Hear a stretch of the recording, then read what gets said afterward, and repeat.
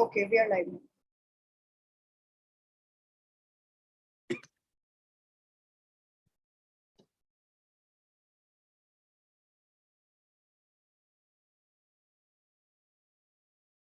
You can also start the Zoom live because we are in practice session in Zoom.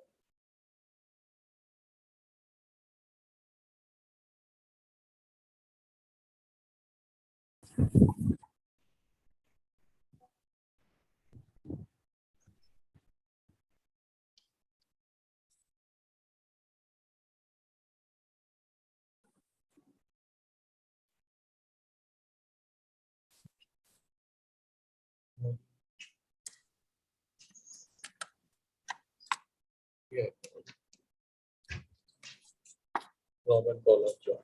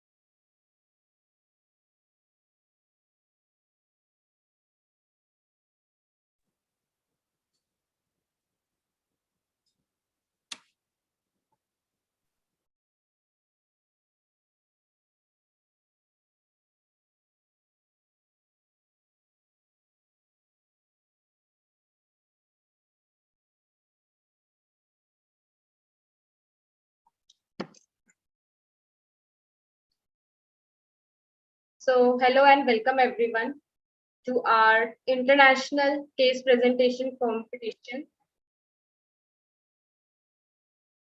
by the advanced course on classical homeopathy. So before starting the international case presentation competition, I would just like to express my gratitude towards all our participants, all our speakers, all our judges who have made this course a success. And so we are at the conclusion of our course with this case presentation competition. And as all of you know that it's an acute case presentation and we are doing on Zoom, and also it is being live streamed on YouTube. So the course, the rules and regulation is that each participant will be given 10 minutes to present an acute case which has been successfully managed and treated by homeopathy. The language of communication should be in English. And our judges will be scoring all our participants on the basis of analysis, remedy selection, results, follow-ups, and learning. And then we will be having top 3 participants who will be getting the first prize, second prize, and third prize. So now I would like to invite our judges, Dr. Alpesh Oza, Dr. Valeska Lima, Dr. Elizabeth Turos, and Dr. Shishir Paranjpe. So, hello, Dr. Elizabeth, ma'am, and I invite you as a judge. We have already done a session with you last Friday, so it is really amazing to have you again with us. So, any message that you want to share with all our presenters today? Namaste and hello, everyone. I feel very honored to be part of this beautiful event again. As last year, I am very sure that it will be a very good opportunity to learn again from all of the participants to watch beautiful cases. So I would like just to wish good luck for everyone. Thank you. Hello, everyone. Good evening. I'm glad to be here again this year. And I want to wish good luck to all participants. And I want to say that you are really only to be here Yeah, and you all students are brilliant, and I'm following you, and I'm always talking with Dr. Gaurang that I admire you a lot. Okay, thank you.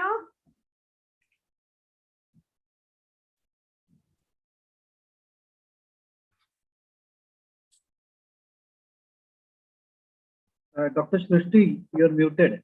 I can hear. Yes, Dr. Paranjpe, now I invite you to share message with our participants. Yeah, hello everyone and namaste from India.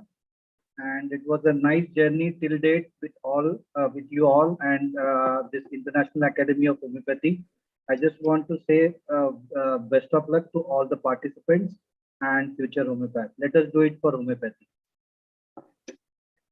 Thank you so much, sir. And now I invite Dr. Alpesh Oza, who is also the Hello, sales everyone. director.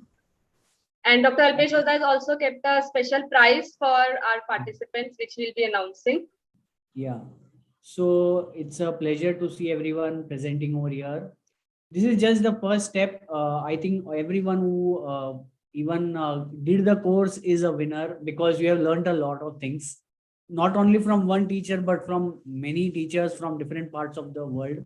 And it's always good to learn from different teachers, be a student throughout your life. So all the best to all the participants in the case presentation contest for their journey of sharing interesting cases. Be confident and be bold to share whatever you have cured, and be happy on this journey in homeopathy.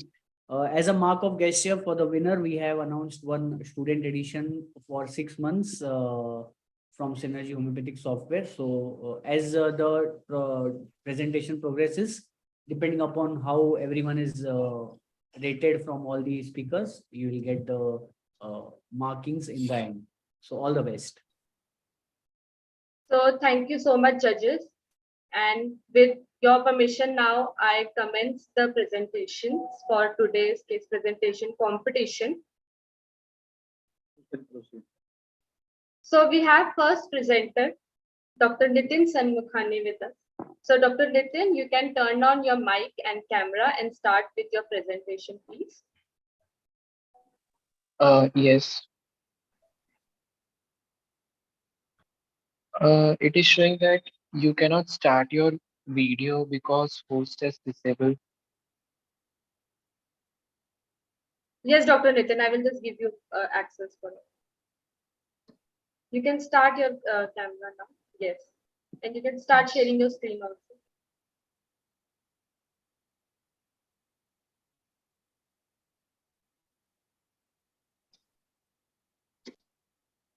Is it visible properly? Yes, Dr. Nitin, and we'll be starting the 10 minutes timer for you now. So once you start, we'll Okay. start the timer. You can start now. Okay, so yes, so good evening to all and all my gurus present over here and all the participants and all the listeners. So it's first case presentation of me at this international level, and so with a tribute to Master Haneme, I just start this case presentation. So it is a case of fever. Generally, we are seeing many type of fever cases in our daily practice. And at my basic, just beginning, as I'm an intern at Pioneer Homeopathic Medical College, Vadodara, Gujarat. So I have seen a case of a male patient of 59 years old. He came in the evening, not directly, but his daughter called me on the call that his father is developing a fever with so much so chills and that much type of chills that he wants to cover the blankets. And even though that time also he is feeling so much so chilliness, along with the fever with chills, he was also having the difficulty in breathing. Maybe due to it is because of the cough and the type and pattern of cough. Actually, I was not able to recognize because his daughter was talking to me on the call. So I just taken it as a cough due to which there is difficulty in breathing. And she has also measured his SpO2, and that was nearly about 83. So due to that, she was so much so worried that whether it may be COVID or something else, because he was already a known case of chronic kidney disease and fatty liver with mild ascites. So it's definite that the daughter may be having so much so anxious regarding his father.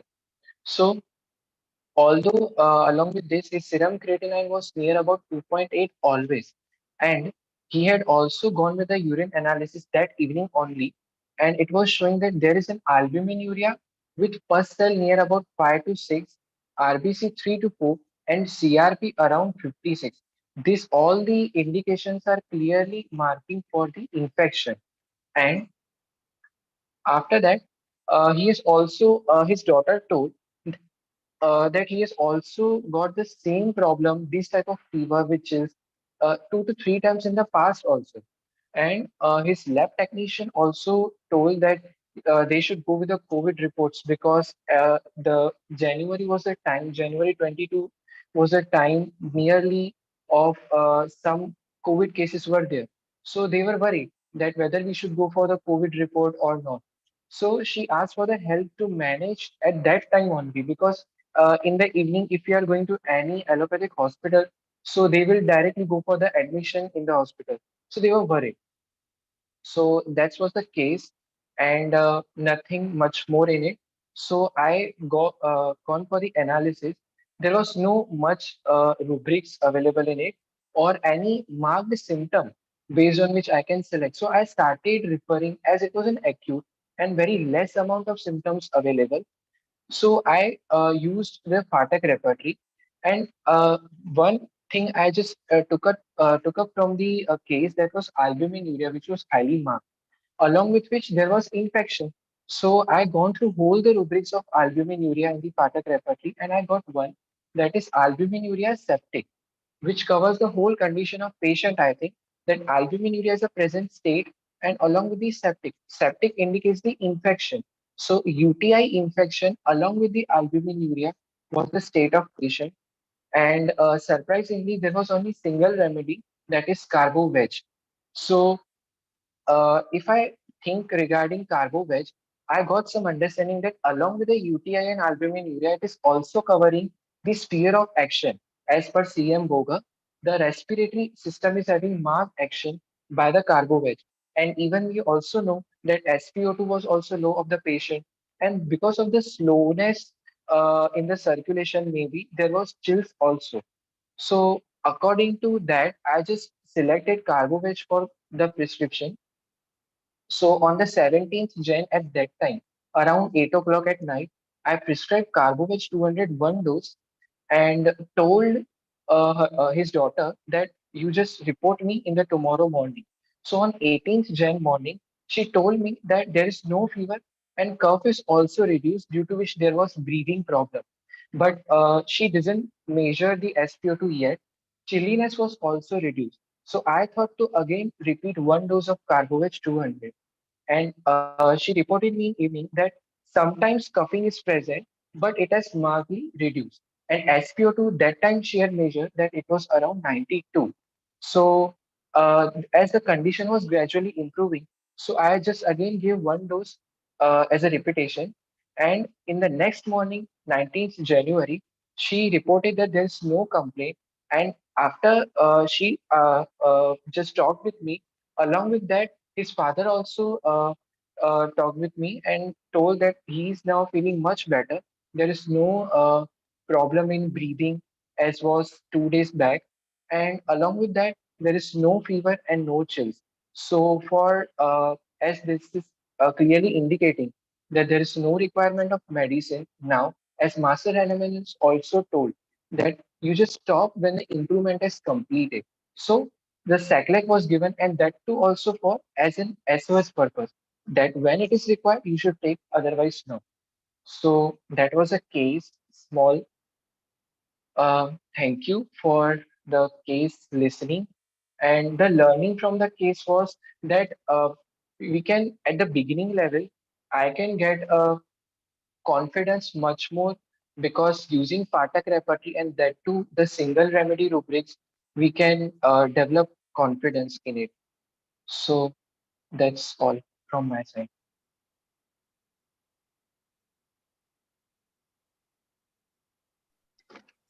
Thank you, Dr. Nitin, for the wonderful case that you have presented.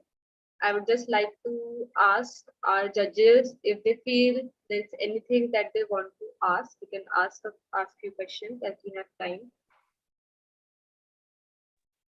I just want to ask one question, that whether this patient had fever because of albuminuria or something else. He had developed the fever at that time only. Albuminuria was along with the reports. So not due to the albuminuria, but maybe the reports has diagnosed coincidentally the albuminuria. So albuminuria can be a chronic condition, and the present condition might Yes. be because of something else. Yes. So how this albuminuria can be taken as a base rubric for such kind of case to get solved, acute case. Because the patient had already developed suffering from the chronic kidney disease, so albuminuria is a common thing. But the past reports which were showing the albuminuria, that were only +1. But at that day, the albuminuria was +2 or I think +3. So it was increasing on that day along with the fever and the chills. So at that time, it was an acute exacerbation, I think. So that I just took for the present totality. I'm okay. I had the same question as Dr. Shishir, but he asked it right away. Thank you so much, judges, and thank you, Dr. Nitin. I'll just give a few seconds or minutes for our judges to enter the score in the score sheet for the participants. And in the meantime, I will ask the next presenter, Dr. Yashasvi Modi, to please turn on her camera and audio. I will give you the permission and start with her screen sharing.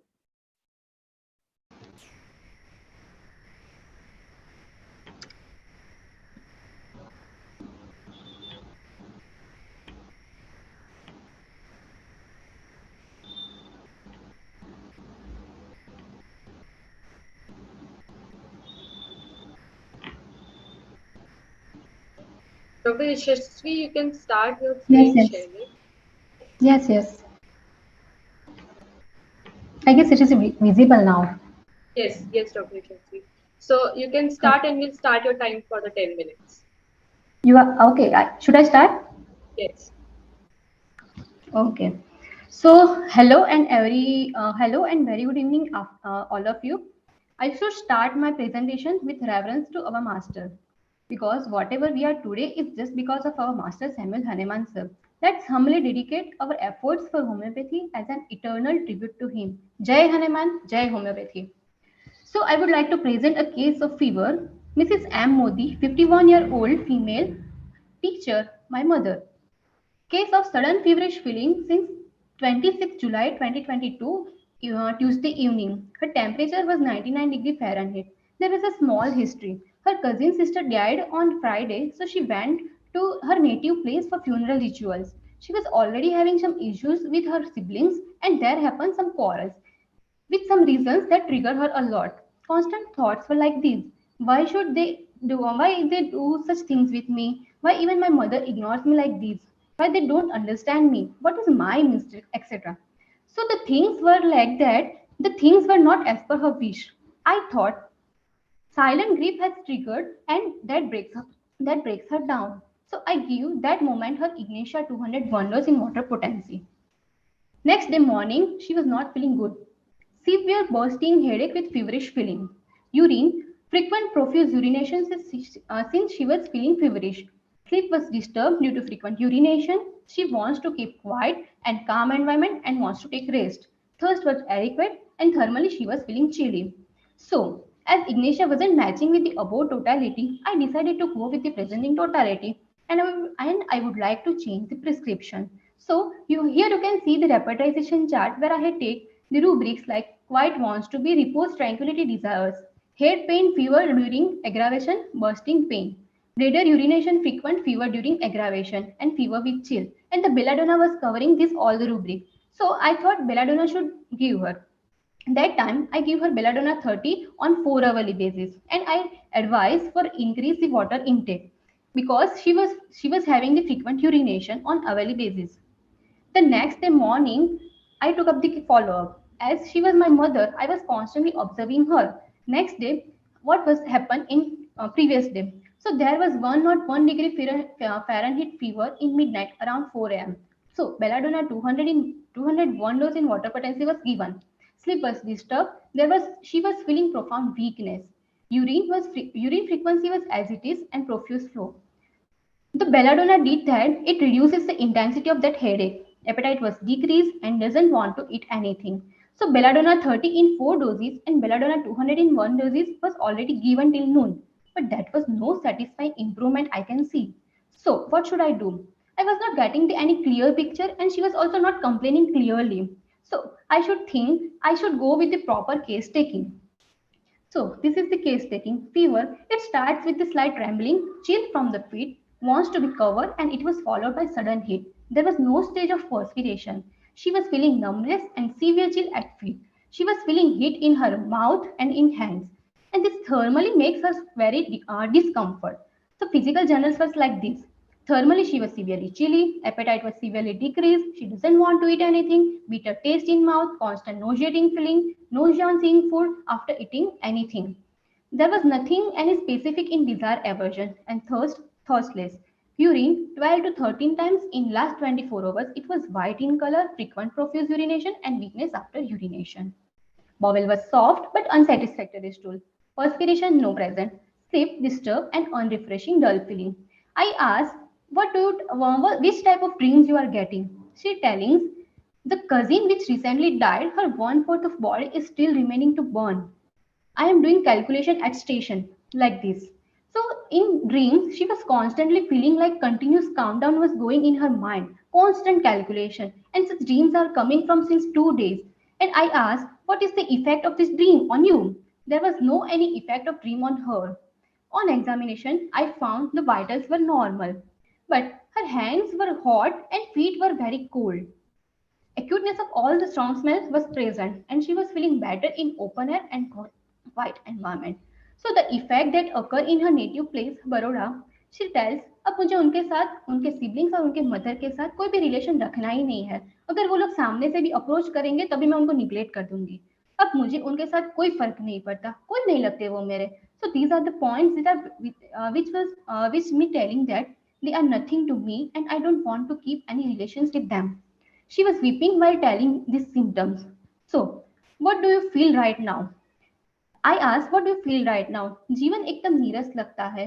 जीवन में खुशी दुख कुछ भी नहीं हो, कोई फर्क ही नहीं पड़ता. किसी से भी अब कुछ फर्क ही नहीं पड़ता. अब मुझे कोई नहीं चाहिए. So the translation like this: I don't want anyone with me. There is no affection, no joy. So I make a case of fever with chill. I was dealing with the patient having the indifference, apathy to life, to loved ones, to relations, strong estranged feelings, not much complaining, frequent urination, thirstless. Thermally, she was chilly. Strong physical examination, or you can say the objective sign. Hands were hot and feet were cold. Dreams of constant calculation or countdown. So I go through the analysis and you can see the repertory sheet I have presented here. Dreams of calculating, difference in indifference apathy to loved ones, to relations, wants to be quiet, bladder urination frequent, fever during, extremities, heat, hands, coldness of feet or vice versa. Fever, heat, chill feet, fever, heat, perspiration without absent. So the repertory chart showing with the sepia. So, but Shapya doesn't covering the dreams of calculating and frequent urination fever during. So, I go with the synthesis repertory and do the repertorization with the same rubric. So here, Sepia was covering the dreams of calculating, and the one rubric that doesn't covering was bladder urination frequent fever during. But I know with my materia medica knowledge that Sepia has a very good effect on the bladder, and it has frequent urination in the first part of sleep or in the sleep. So I go with the Sepia. Thursday evening, I give her Sepia 34 doses on 4 hourly in water potency. So after 24 hours in Friday evening, there was no fever at night. Sleep was disturbed after 4 a.m. Headache stopped, urine reduced in frequency, no bitter taste in mouth, no nauseating feeling. Bowel was clear, and is satisfactory. She start desire for achar roti. Feeling overall, she was feeling overall good at night. So severe debilitated giddiness was present. On Friday morning, I took a follow-up and she tells she was having a 104-degree fever at night and crossing 500 mg one tablet was given. And she tells me she was having a dream experience of death, but there was no any such effect on her. But generals were good and she was feeling debilitated and severe dull feeling. So I confused. So what should I do now? I asked my sir to help me in this case. After reviewing case, he suggests me I should give same remedy with increased dose and justifiable repetition. So then I give the sepia 200 in 1 dose water potency, 2 tablespoons in 3 hourly. You can see the result. There was no fever after first dose in last 24 hours. No giddiness, no weakness was present. But weakness was present but manageable. There was no nausea. She take good amount of food. No thoughts about that event and generals were good. I can see smile on her face after a week. And it was a happy Sunday. So what was learning for me in this case, my sir makes me to read this case. This chart is from the book of Theory of Acutes by Dr. Praful Vijayakar sir. There, all the totality pointers are presenting towards the sepia state, aversion to consolation or help. My father was helping, or my father was doing care of her, and she was getting aggravated by this. So I prescribe Saphia, and what I learned from this case is do actual case taking. Don't always go with I think or I thought factor. Let patient to express her feeling. Don't put your thoughts or perception in that case. My sir always used to tell us, "Je dekhai chhe e levanu, je dekhai chhe e levanu." That time also I go with that physical examination, most objective symptom, that hot feet and cold hands. The same line I found in the Fatak Materia Medica in the extremities. And this in complete repertory, the rubric was given by Dr. Clark. So that becomes the sepia sign for me. The rubric, even I learned that if I go with the complete repertory and doesn't do repertorization with the synthesis repertory, I couldn't found that sepia also covering the dreams of calculating. And you should refer, or you should think, if you are dealing with the case and if you think if this rubric is important, you should refer from the another repertory, and if you find author is reliable, you can trust on that remedy. The Kunzli has given this sepia and I can rely on him. If case have PQRS symptom, you should use the high potency. Chronic remedy should be given in acute phase. So sepia was chronic remedy, but I should give or not give in acute phase. I was quite that point in confusion state. Try to repertorize the case, even if somewhere you are sure about the repertory. Do reference work in Materia Medica. If I know that Fatak Materia Medica has already given this sign, I could better help in very initially. Don't panic or feel pressure in case of a family member, and don't hurry to prescribe remedy or change the remedy. Let remedy to work. According to Dr. Turos, never say no. Whatever you can help, you should try at least. Have patience and confidence within yourself. Don't let your power be down. Just keep your basics with you. I make one mistake that Thank you, if I Dr. give, Yashasvi. yes, ma'am. Yes, just a second. That's your time. That's your time. Yes. Just Thank you keep your very basics much. with. And now I invite judges. Thank you. Now I invite judges if they want to ask any questions. After considering history of grief and mental shock, how do you differentiate between acid force and sepia? Sorry? Yes, rubrics are saying it is sepia, but with considering Yes. mental shock and history of grief, how do you Yes. differentiate it from acid force, which was coming in the reputation sheet? Yes, sir. So on the very first note, I think that already the grief was there, and in sudden moment that it has piled up and it has triggered. So at that point I think that it can be a ignatia. Okay. Otherwise, good. Yes, sir. I'm done. I just want. Sorry. I'm done. I'm okay. Okay, thank you, sir.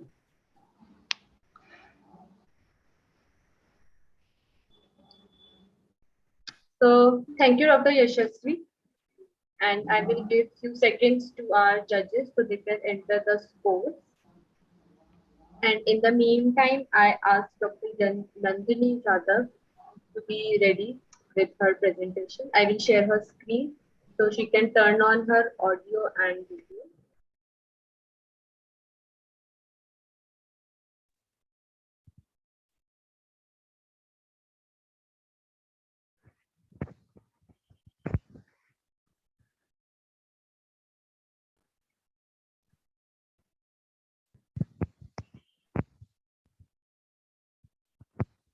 Hello. Yes, Dr. Nandini, we can hear you. Hello. I'm audible. Yes, but can you please talk loudly? Yes, ma'am. Yes. So I will start your time 10 minutes now and you can start. Next slide.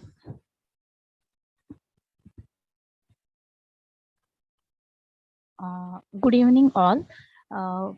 Firstly, to tribute on my Dr. Hassan Haneman on all cases. 8-year male child, name is JS, complaint of nose swelling, tenderness at right nostril, progressing to right eye, 2 plus, pain on slight touch, abscess painful, could not sleep that night, feel cold, feverish feeling, appetite thus reduced to take dinner and morning breakfast before coming to OPD. Onset since one day, progress within a night. This is picture of first day child. Next slide. Diagnosis of case, nasal vestibulitis, dermatitis of nasal mucous membrane, progressing to abscess, Hahnemann diagnosis, dynamic acute individual disease. Next slide. ENT surgeon opinion taken, advise hospitalization, antibiotic therapy, and immediate surgical aids like suction of abscess from mucocutaneous junction and hair follicle, potential to fetal condition. It's lies in little area of nose. Acute infection may drain into inferior orbital vein and cavernous sinus. Complication like acute hemorrhage, cellulitis of face thrombophlebitis. Next slide. Complication, life-threatening condition, nasal vestibulitis, complication, cavernous sinus thrombosis, dangerous area of nose. Next slide. Acceptance and non-acceptance of case, allopathy, emergency, surgical case, and homeopathy. Next slide.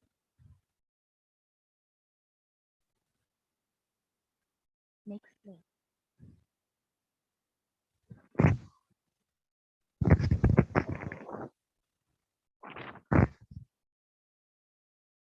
Next slide. Not visible slide. Hello.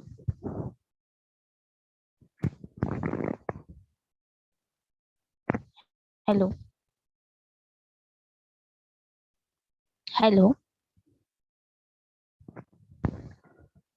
Hello. Yes, we can hear you. Not visible slide.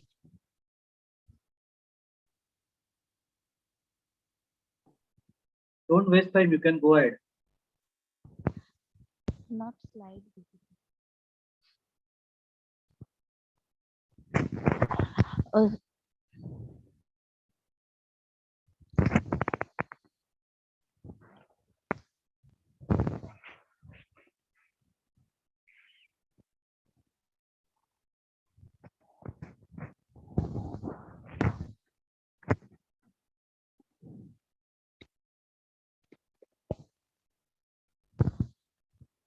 Management strategy, ENT surgeon opinion, hospitalized patient, antibiotic therapy, surgical procedure, suction of abscess by mucocutaneous junction or by hair follicle. Question, do not squeeze the nose, do not press it to drain abscess. Surgeon, never give incision to dangerous area of nose. It may bleed or it may cross blood-brain barrier fastly. My consultant stand, give homeopathic sector remedy along with antibiotic therapy. Question: watch for acute hemorrhage, burst of abscess, high grade fever, SOS, immediate hospitalization. Me as a beginner of homeopathy, give homeopathic treatment, antibiotic therapy, SOS, daily follow up. Question: as per my consultant told, medical legal case, what about patient care? Location of abscess, very sensitive area, cooperative father, poor financial condition of parent. If not recover, anxious parent will be with physician. We may lose trust of parent on homeopathy. Anxiety of beginner. What if complication occur? I want to help child. Location, sensation, modality, and concomitant. Nose, mucous membrane, right vestibulitis. Onset, sudden, progressive. Duration 1 day. Intensity severe, painful, cry in pain, Dr. aggravated by Nandini, touch. I think your PPT is not visible. So Yes, we ma'am. can wait for Dr. Shrishti. We can have your time again. Okay. We can start your time again. Okay. There is some technical issue with our side. Okay, ma'am.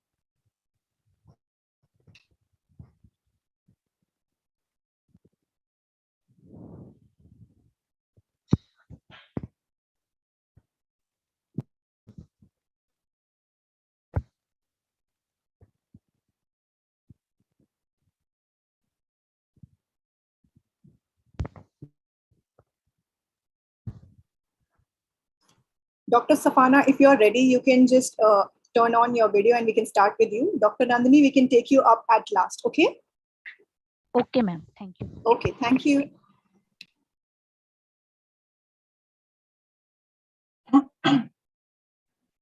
So there was some technical issue from my side. So we'll take Dr. Nandini's presentation at the end. So Dr. Shafana, you can start with your presentation.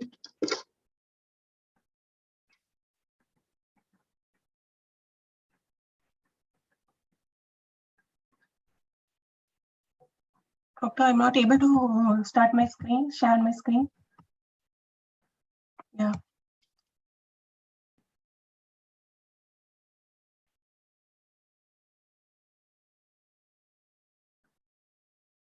Can I start my case, doctor? Can you hear me, doctor? Yes, just a minute. You can start screen sharing now, Dr. Shafana. Is it visible now? Your screen is not being shared yet. Can you share once again? Sorry, doctor. Can you share once again? We can't see your screen. Okay, let me share again.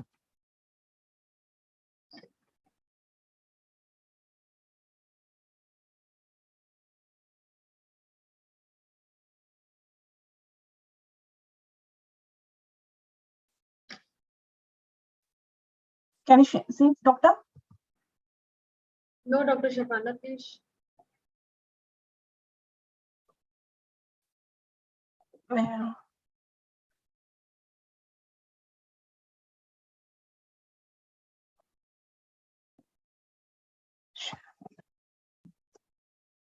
Yes, we can see your screen now.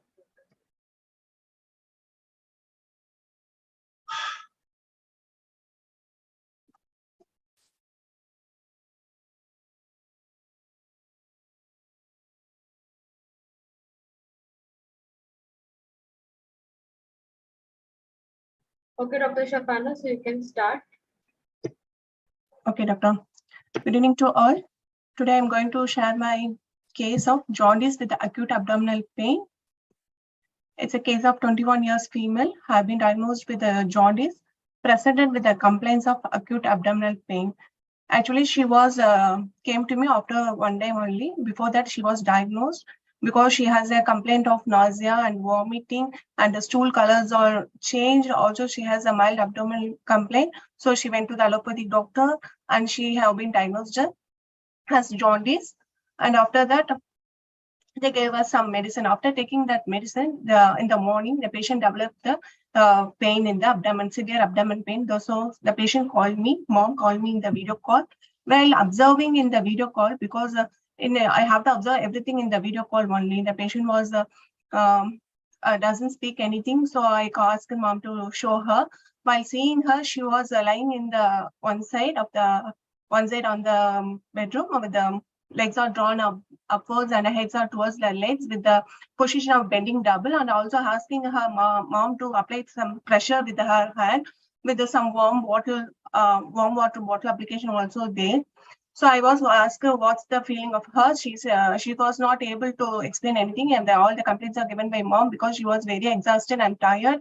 Also, there was a profuse sweat all over the body, and she felt very cold. But I asked her, "Do we need fan?" But she explained, "No, that no one fan because I feel very cold." So there was a pain in the right hypochondrium region. Also, when I asked the genders, all the genders was related to jaundice. The thirst was increased with the dryness, and the stools on pale color, clay color like that. The urine was dark yellow. Eyes and eyes are coated yellow in color. Appetite also reduced. Also, in my point, when analyzing the symptoms, I thought the common symptom of the disease of jaundice are left. So I took the symptoms of pain in a particular symptoms of pain in right hypochondrium, pain radiating shoulders, and also ameliorated by bending double, hot pressures, and warm application. Also, there was a profuse sweat all over the body, and also she feels the coolness of her hands and feet. Also, she is very tired and exhausted. She was not able to explain her complaints. So I thought the probable remedy could be China, colocynth, McPulse, because all of the three remedies are covering the same modalities. When we see the patient was bending double, and also she wants a warm application and a heart pressure. So I was thinking which remedy was welcome, colocynth, McPulse, and China. Also, I thought of Corpovich also because it was very coldness and the sweat was there, but she doesn't have any desire for fan, so I left the Corpovich drug there. Also, after repeating the chart, I got the remedy same as China 200 only I have selected because China will cover the specific action also it has on liver. So it has also symptoms of jaundice, yellow colorness, and stool is clay colored. Also the physical genitals and particles, everything is covered by the China. So I prescribed the remedy for her, China 200 in water dose, because when acute condition is there, we have to prescribe the medicine to have a dynamic penetrating action. Also, I had prescribed in the water dose to take every 15 minutes, 1 spoon, 4 globules in water. So she has taken for 2 hours, and after that she felt better and spoke to me. I feel, doctor, I feel better, but there is a pain is there. But the children and sweat has hippos. So I asked her to extend the medicine since it is acute. Don't want to stop the medicine. I asked her to continue every 2 hours and give to follow up after next day. Next day also she called me and felt a lot of improvement was there. Appetite improved, nausea, vomiting all reduced. But there is tired and lethargy is there. So I tried to continue the doses of China for another 2 days, morning and night. Also, along with the chelidonium too, I have prescribed because we cannot prescribe the medicine frequently. Our dynamics China 200 like that. So we can prescribe the mother tincture frequently. So I have given her the mother tincture along with that because it has a specific action also on jaundice and liver. So it also covers the symptoms. So I prescribed that medicine along with her since lethargy and tired is there. Also advise her to take the blood report, and because when she came to me, she has a bilirubin level 2.4 milligram. So I advise her to take after 5 days. Usually general advice also given for her how to take the food because food also is impact there. So I have given a food advice for her how to take the oily food, not to take oily food, fatty food, spicy food and all. Also take a lot of rest and minimum 3 liters of water she should take. Boiled foods and vegetables only I told her to take. Also to suppose it is an infective jaundice means it may spread to others, so ask her to wash her hands, and also but she advised her to feed her baby. After the days of 5 days, urine and stools levels are normal. Urine and stools are normal color. Pain also stopped within 2 days, and in samples, urine sample and blood test which was taken, it was their blood report, its bilirubin came to normal from 2.4 to 1 milligram. This is the report when started before the treatment. It was 2.4. After the treatment, it came to normal 1 gram. Also in the report, there was blood reports, white and white pigments are negative. So what the lesson is here learned was I took the symptoms based on totality only because it's covered the particular, also some generals also it's covered. On basis of that only I have selected the medicine. Also in some cases we have to give importance to specific medicines also because it has organopathic action, so it will act on organ. In acute case it will be more helpful when indicated medicine we select, but it should be indicated not on basis of without a specific we can give, not like that. We have to select the medicines only on basis of if it is indicated only we have to select the drugs. China, it's indicated because it has the action on drugs. Thank you. Thank you, Dr. Shafana, for your presentation. Now, I would like to ask the judges if there's any question for Dr. Shafana.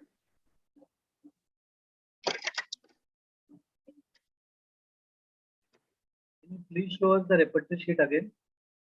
Sir? Repertory sheet, please.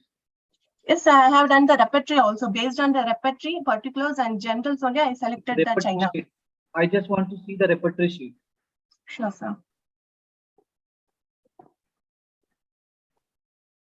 I took the symptoms: abdomen, liver, pain, aching pain, and I couldn't show that, sir, but extremities, coldness, generalities, weakness, perspiration, profuse. I have selected the symptoms. The remedy came here was China. That's why I selected China because of therapeutical action and because of the repertorial chart only. I have selected the drugs because it covers the physical generals and particles also. Okay. Any other blood tests were done like SGOT, SGPT?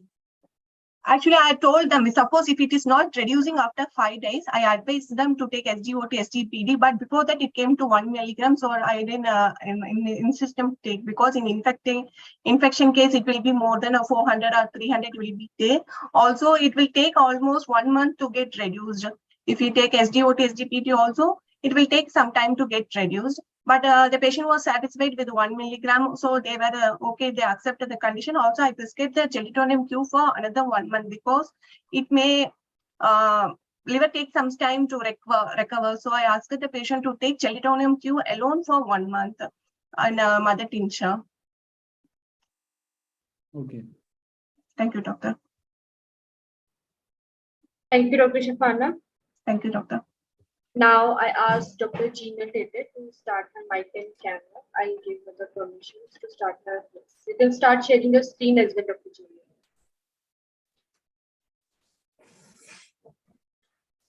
Gina. It's coming, Yes, the other yes, participant. yes, yes. Now you can share.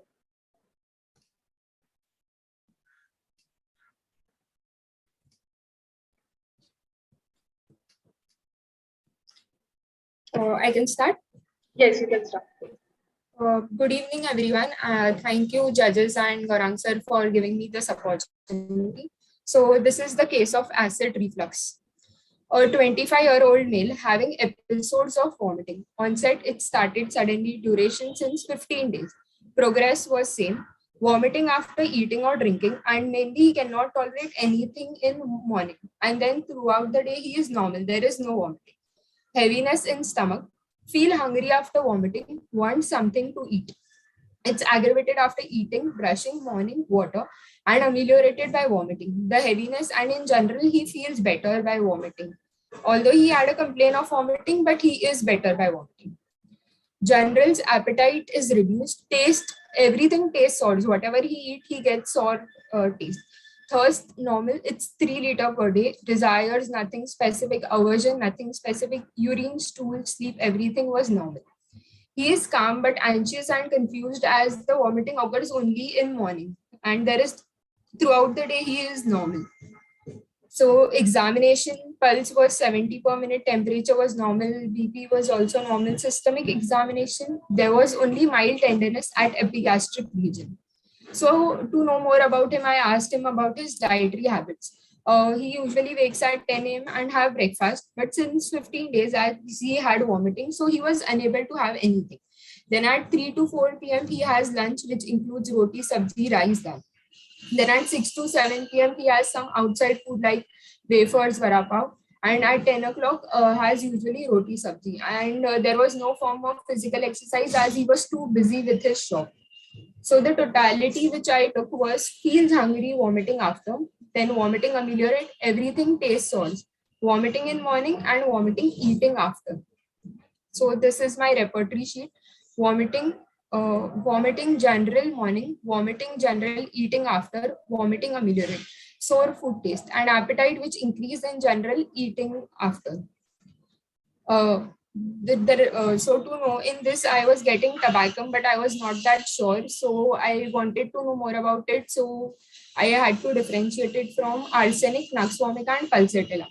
Tobacco, I read vomiting at least motion, terrible faint, sing feeling at pit of stomach, once abdomen uncovered, and it lessens the nausea and vomiting. In nux vomica, sore taste, nausea in morning after eating. There was weight and pressure in stomach after eating. The region of stomach was very sensitive to pressure and wants to vomit, but in nux vomica, he cannot vomit. It's more of nausea. And arsenic, nausea, retching, vomiting after eating or drinking, caused by vegetables, diet, melons, and watery fruits. And in pulsatilla, vomiting is usually by fatty food. Vomiting of food eaten long before, pain in stomach hour after eating, and thirstlessness. So the remedy which I choose was tobacco 200 TDS into 3 days. But still, to confirm the remedy, I asked the patient this symptom that he desires the abdomen to be covered or uncovered, as this is the most marked symptom.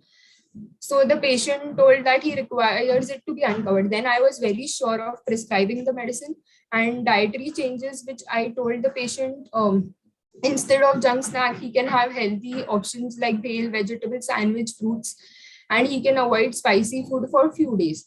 And I told him to do exercise, but he was so busy with his shop, so I just he couldn't manage it. So I told him that he can come home and go to the shop walking, and told if possible he can exercise at least for 30 minutes.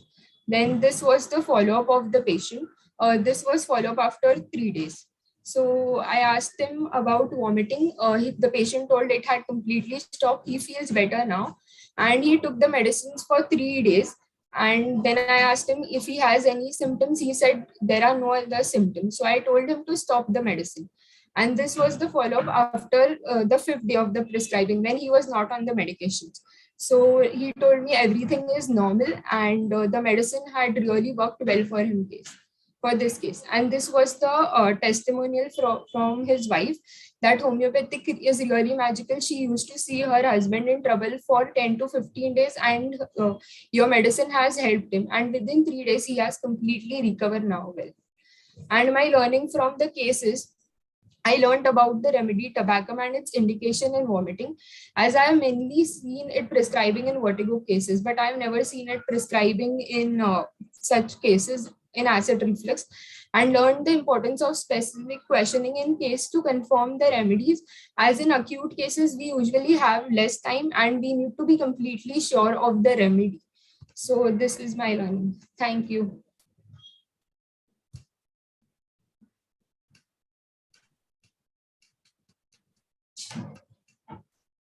Thank you, Dr. Gina, for presenting your case. I would just like to ask the judges if there's any question from their side. Dr. Jinal, nice case, but I just want to ask you, this tabacum generally has action over cerebrospinal system, mainly on medulla oblongata and medulla oblongata and pneumogastric nerve. So I don't think there is such kind of phenomena seen in this. It is more of of cerebrospinal system origin, the nausea and vomiting in tabacum. Over here, in your case, it is more of local phenomena. So can you reason out your prescription again? It was just coming decision, that's it. Otherwise, yeah.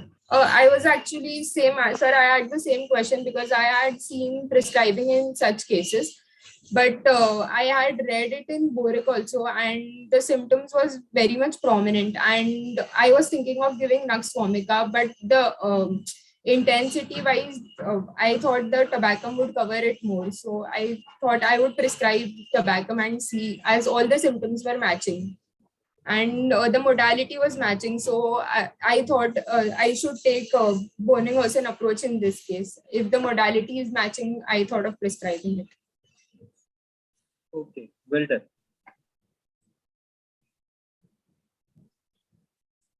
Thank you, Dr. Gina, for your presentation. I will just give you time for our judges to enter the score. In the meantime, I asked Dr. Sujatha to be ready with her case. She can turn on her mic and camera and start sharing her screen.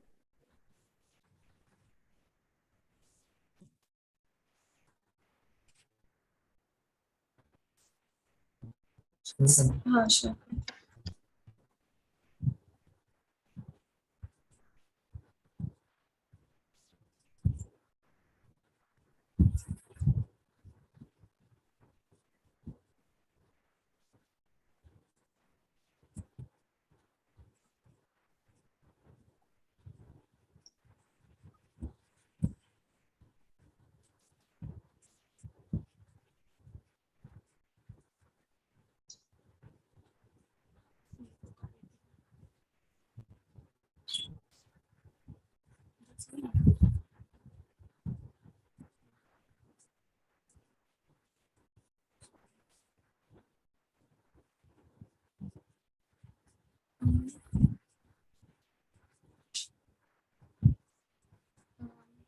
Dr. Shrishti, can you please help me in sharing the screen, please? You must be seeing a panel in which at the lowest side, in the lowermost bottom, green colored shared screen. You Share screen. Yes, you share Yes, screen yes. and select the windows.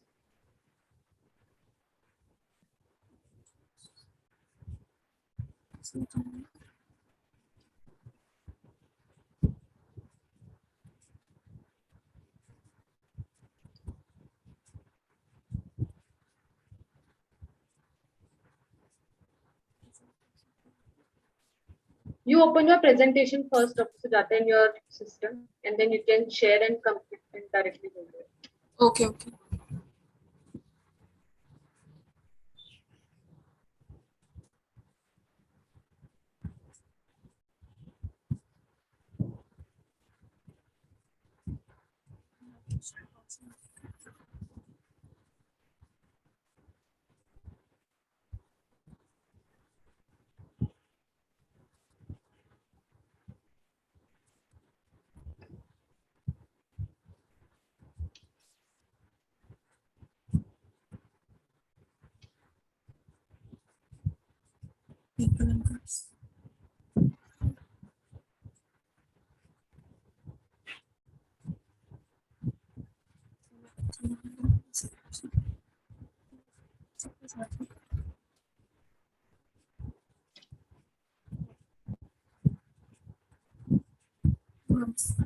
नहीं बस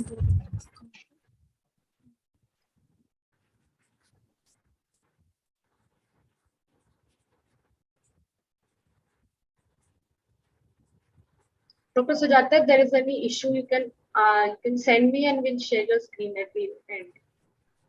I shared. Is it visible or not? It's not visible yet. Can you share once again?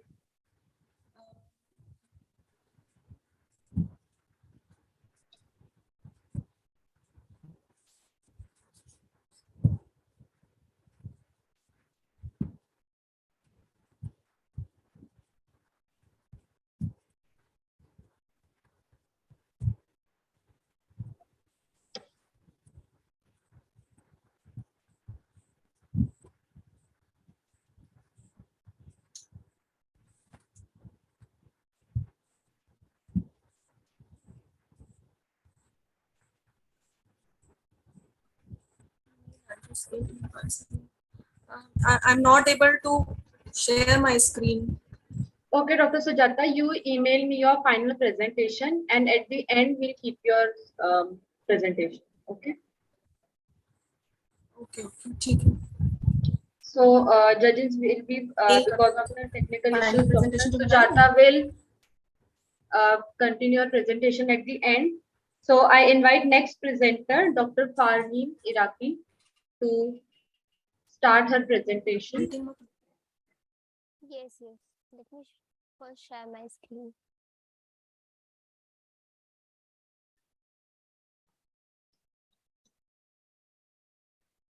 Is my screen is visible to you? Yes, yes, Dr. Farhen. Okay. Okay. We can't see you, Dr. Farhen. Please switch on your camera and then you can start.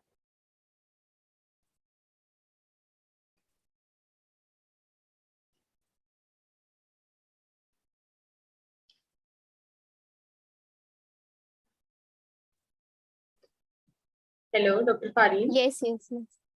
Your camera is switched off. Now, Yes. is it visible now? Yes, now we can see you and you can share your presentation. I hope it's visible and audible. Yes. Okay. I can hear So, you.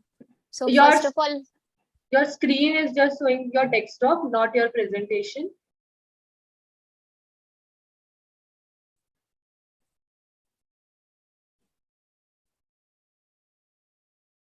Just stop share and share once again by opening your presentation.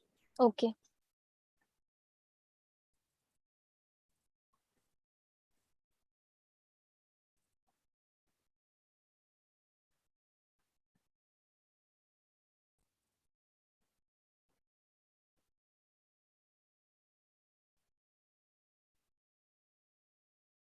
Yes, now we can see.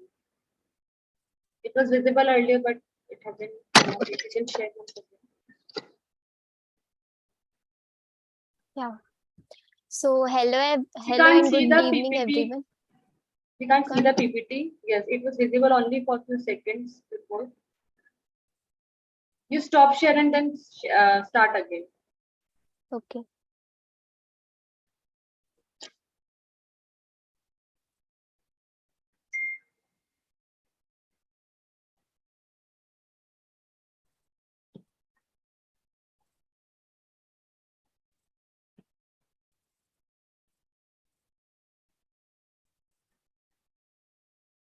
Is it now visible? Yes. Now is it visible? Okay. So hello and good evening, everyone. So today I will be presenting a case of acute viral pharyngitis. Myself, Dr. Farhen Iraqi. I am an intern at Yesha Medical College.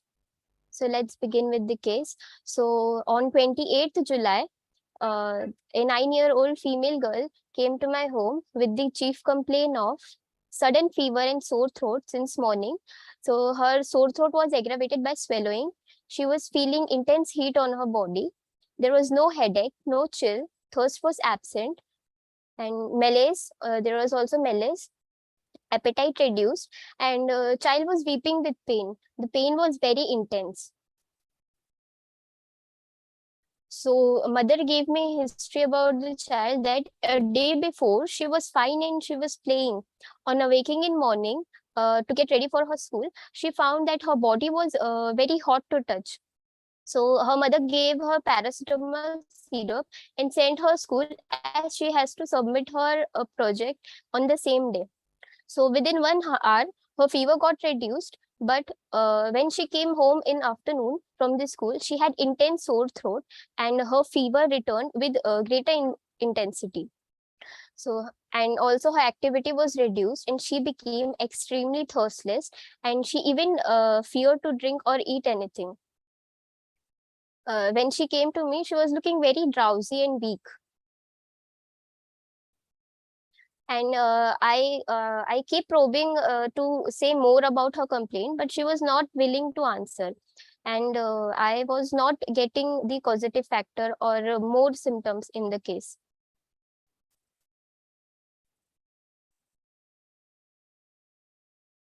Past history, she has typhoid 3 months ago, no family history. Physical generals, her appetite decreased, thirst was completely absent, desire spicy and rich food, no specific aversion, stool normal, urine normal, sleep was reduced, no specific dream, perspiration was profuse on forehead, and thermally she is hot.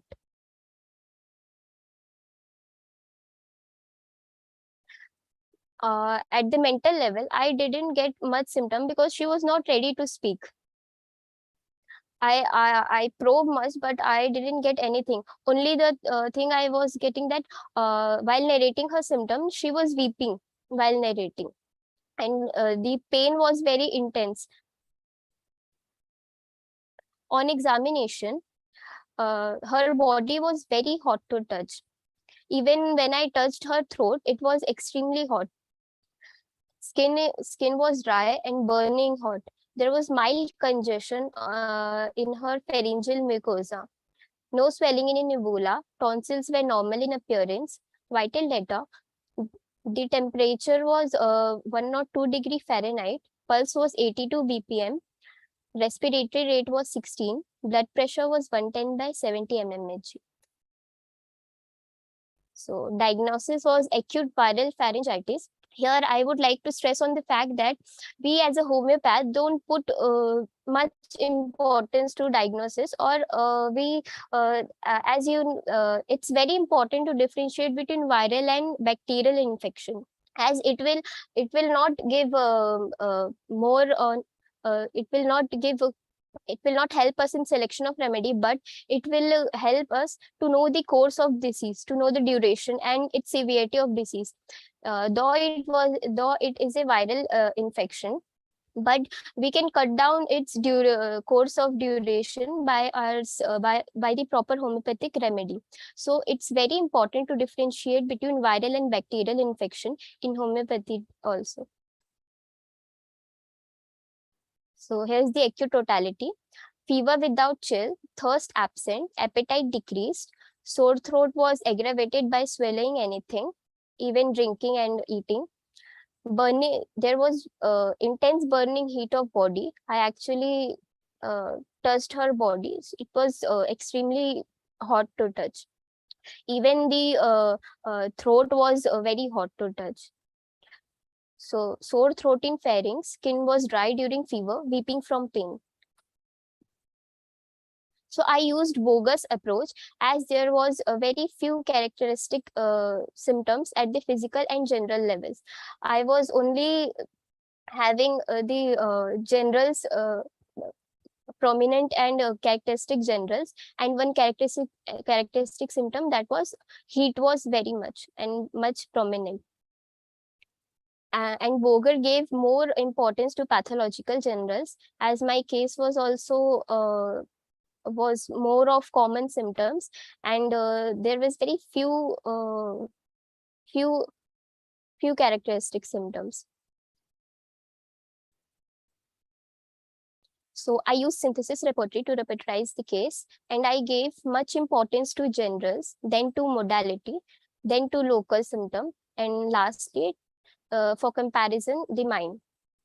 So I have chosen the rubrics: fever, chill absent, fever, burning heat, stomach thirstless during fever, throat pain, swallowing aggravation, throat pain, sore, throat pain, pharynx, skin dry, fever during, mind weeping with pain.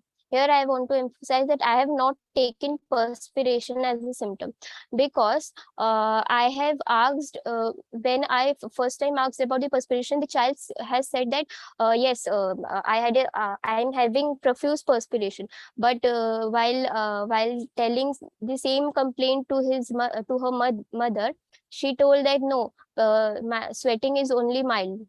So, and then again I have asked the child that about the perspiration, but she again said that no, it's mild. So she was actually not she was confusing me, and the symptom was so I can't rely on that symptom. That's why I have not considered the perspiration my acute totality.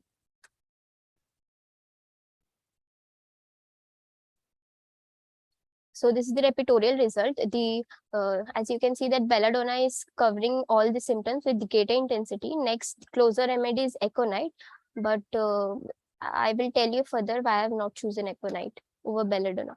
So I have chosen belladonna 200, 4 globules, 2 hourly till the fever subsides. I have using 200 potency because I have got the most striking general symptom, that is of belladonna, that is thirst absent during fever, and heat was very much intense, and also the modality was matching, that is sore throat was aggravated from swallowing,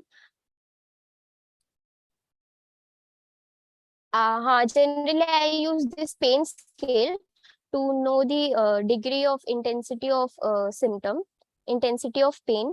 So when I ask the child about the pain, she has tell me that it's between 70 to 90%. It's 7 to 9, between 70 to 9.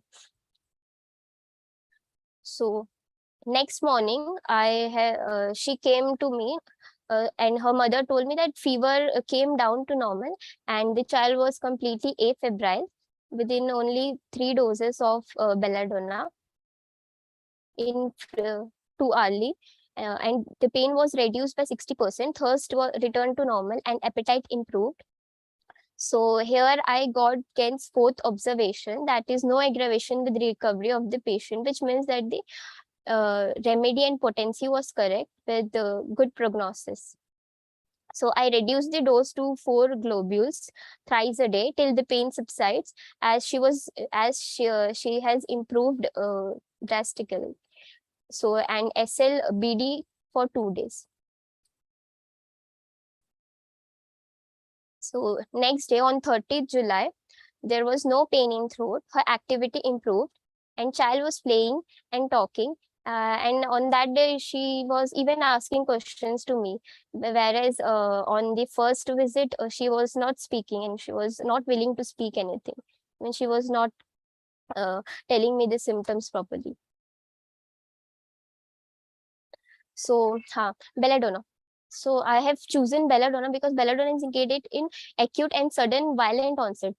As the child has a sudden onset of pain in sore throat, and the intensity was also very much. So there is a violence in the attack of pain, and even in fever. It is a great children's remedy. Also, also a high feverish state with comparative absence of toxemia. That is, the child was having high fever, but still there was no sign of toxemia. No thirst with fever. And marked symptom is also difficulty deglutition, worse for liquid. This I have re-questioned her that which is more painful, liquid or solid. So she said that drinking water is more painful than eating. I have not chosen Aconite because in Aconite the duration of onset is very short, and inflammation is before localization takes place, congestive stage of inflammation. Also, the elements from his exposure to dry cold air. Thank you, Dr. Farhen. That's your time. Okay.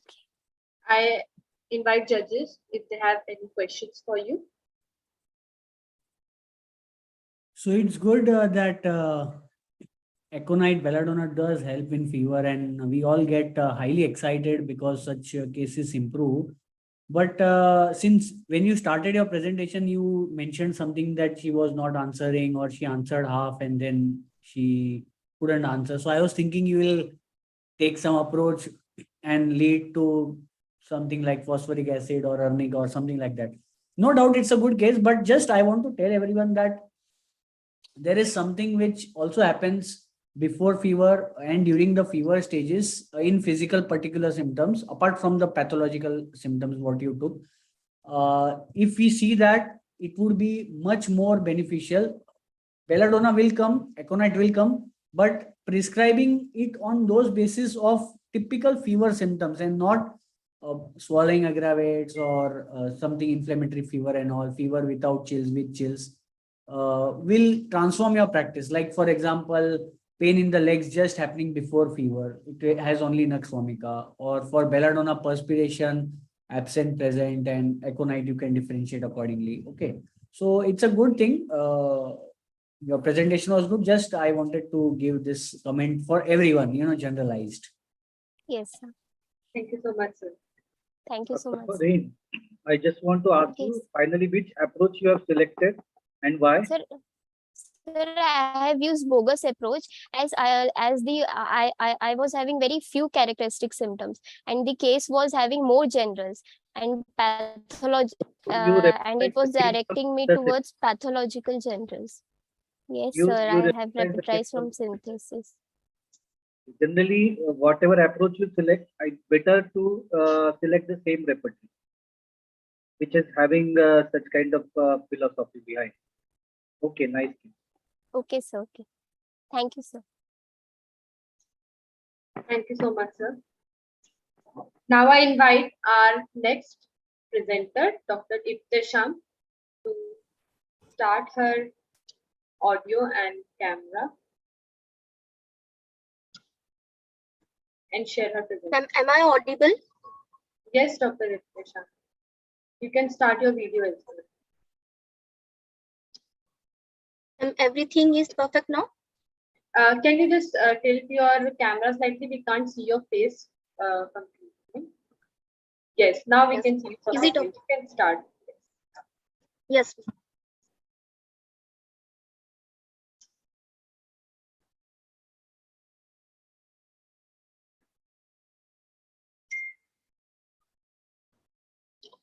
So this is a case of acute emergency, and this is the case of 75 years old male patient, and they have consulted us with the online approach on 25th September late night. So it was a case of known case of diffuse generalized cerebral atrophy with the ischemic changes, and there was a history of past history of stroke, and patient was also suffering with many cardiovascular diseases, and he is also the patient of leprosy. So this case was led by his granddaughter. So he was suffering with there was a history of a fall followed by the weakness in the lower extremities, and the patient was unable to sit up by himself from the recumbent position, and he was also not able to raise his right leg, and along with this there was he was unable to speak and swallow, and with this there was the involuntary urination. So the patient's relative taken him to the allopathic hospital, and all the investigations and etc. was done, but the condition was so much serious that everyone became very much hopeless. The only symptom which was given that was peculiar was the patient was only looking at everyone and he was crying continuously. So this was the narration given by her granddaughter, and they have on the 26th September here they have done the investigations. So the CT scan was done. So in that, as there was a past history of stroke, so this time also there was an acute infarct noted in the left frontoparietal lobe, and there was also the age-related cerebral atrophic changes with the periventricular ischemia. So on the basis of that, the analysis was done. The presenting complaint was the weakness of the lower limb. He was unable to rise, unable to recognize, unable to speak and swallow. There was involuntary urination, and the main thing was weeping disposition. So the repertorial totality was made with the help of the synthesis repertory. So mind weeping disposition, paralysis during, mind aphasia, and there was a bladder involuntary urination. So we have taken the involuntary urination accompanied by the weakness of the sphincter, involuntary urination from the atony, and as there was swallowing also difficulty, so the throat swallowing impossible, paralysis from, and patient was unable to lift his limbs, so extremities paralysis, lower limbs, and there was generalized paralysis, paraplegia, and general paralysis of the sphincter. So the only remedy which was covering all the symptom was causticum, and this is the repertorial totality where all the symptoms are covered by the causticum, and the patient, the confirmation is done from the NAIR repertory, where we got the symptom mind and disposition, weeping, crying, lachrymose disposition, paralysis in, and the only one marked remedy which was given was causticum. So we have done with the causticum, and as the patient's narration and the relative's narration was quite going with the causticum, and the patient was also of the potassium personality. So we have gone with on the 26th September Corsicum 30 TDS was given for 1 day, and but the medicines were not available in that area. So the patient took the medicine on the 26th September in the morning, and the follow-up they gave on the same day at night. So the remarkable change we have found in that is that his involuntary urination has stopped, and the medicine was continued. So on the second day, that is on the 29th September, there was a remarkable change in patient suffering, as he was able to move his legs, and he was also started walking with the walker. And we were very much amazed that how the Corsicum has helped the patient, and as he was not able to recognize the persons and the family members, and he was only continuously weeping. So he also was able to interact with his family members also, and they were in a total despair condition. But from seeing this, and all the conditions are improving, so all the family members become hopeful, and the medicine thus were continued with the gradual increase in the potency, with the further improvement of the patient, and he then gradually started taking his meal also and talking also. So this was the video shared by the family member on the 26th September.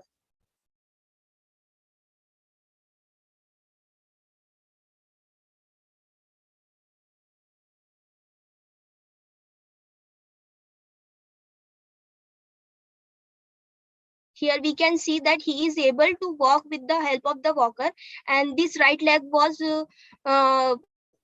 bandaged with the, as he was suffering with the leprosy.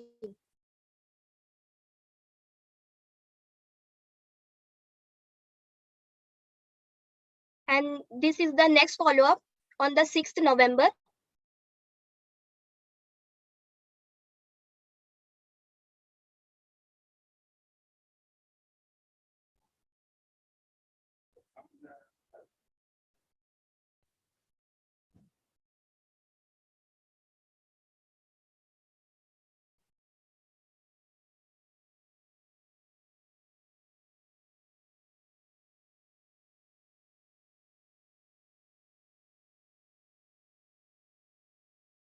So the learning from the case is the intense peculiar symptom which was given was only the continuous weeping with the symptoms of paralysis, and this is the only one symptom which lead us to the remedy. So we started with the 30 potency, and then gradually we have went to the 200 potency, and as the patient is very much old, so we and the other symptoms were also there.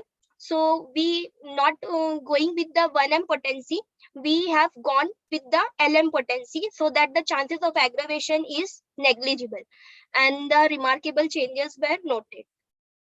So this was all the case from me. Thank you. Thank you, Dr. Yesha. I invite judges. Yeah, Dr. Ibtesa Mambari, very nice case. Just I want to ask you, the video which you put on 29 September, is it the first video or the follow-up video? Sir, first is the follow-up video after the giving the medicine. On 28th, he had taken the medicine, and this was the remarkable change. I was also surprised that how the Corsicum will help so much that the patient is able to walk with the help of walker also, and the patient's relative was so much, sir, in the despair that they were crying and saying that please do whatever you can. And this was that the time was very late night, sir, 11:45 PM. When you saw when you saw him first? Yes, sir. Yes, sir. Okay, so you couldn't take a video, you mean to say? No, sir. They were consulted us online. Okay. But it's better always. No doubt we believe in you and your case and your approach, and especially the near repertory rubric was very well taken. But a video in the beginning would have made a very good difference for you also to show it anywhere else also. Very nice. Yes, sir. I insisted them, but they were not able to take the video at that time, as there was a very much havoc in that situation. Yeah, right. No, but it's a good prescription. Very nice. Well done. Okay, Thank you. so it was a good prescription, but many a times it happens that during many homeopaths do presentations on fevers even in cases of paralysis. But paralysis cases, if you are presenting it in front of an allopath, it is very difficult to convince them that this case has been reverted with homeopathy, because paralysis can be a transient. It can get recover automatically sometimes. Even in cases of fever also, a recovery within 2 days is possible without any medicine also. So it is better to have some authentic data also to show that my medicine has acted like this. As far as causticum is concerned, we know that causticum weeps because of the sympathy given to the others. One. And secondly, causticum is known for gradual paralysis, and single set of muscles has been getting paralyzed. That is also very slowly. So I think we Yes, should sir. convince even an allopath also that yes, this is my medicine which has acted. Do you want to say something about this regarding your case?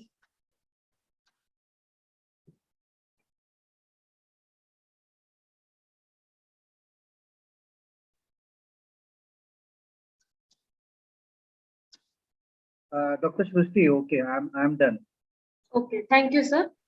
And thank you, Dr. Iptisham. I invite our next presenter, Dr. Shravani Shah, to present her case.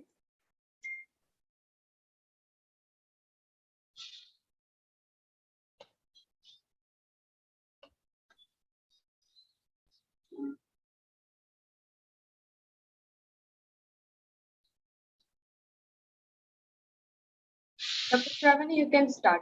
Start your time. Yes. So very good evening to all. I'm Dr. Shravani Shah, and I'll start my case.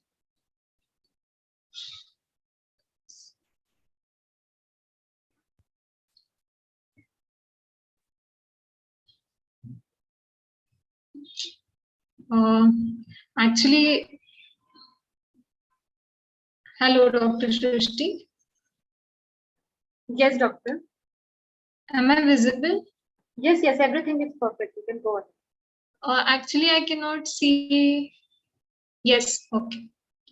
A 53-year-old woman came with complaint of chills with fever in the morning OPD.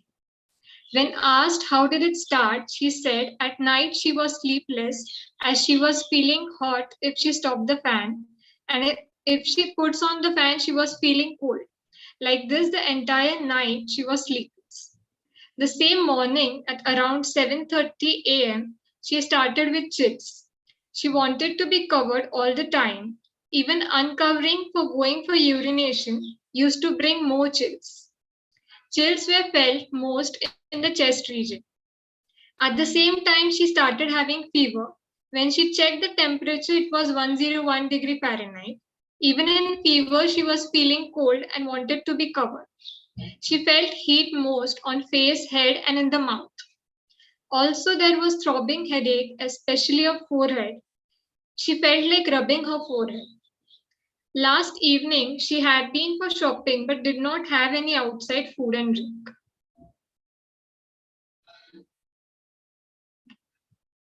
Generals, appetite reduced since complaint, no craving for any food, drink since complaint, thirstless during chill and fever.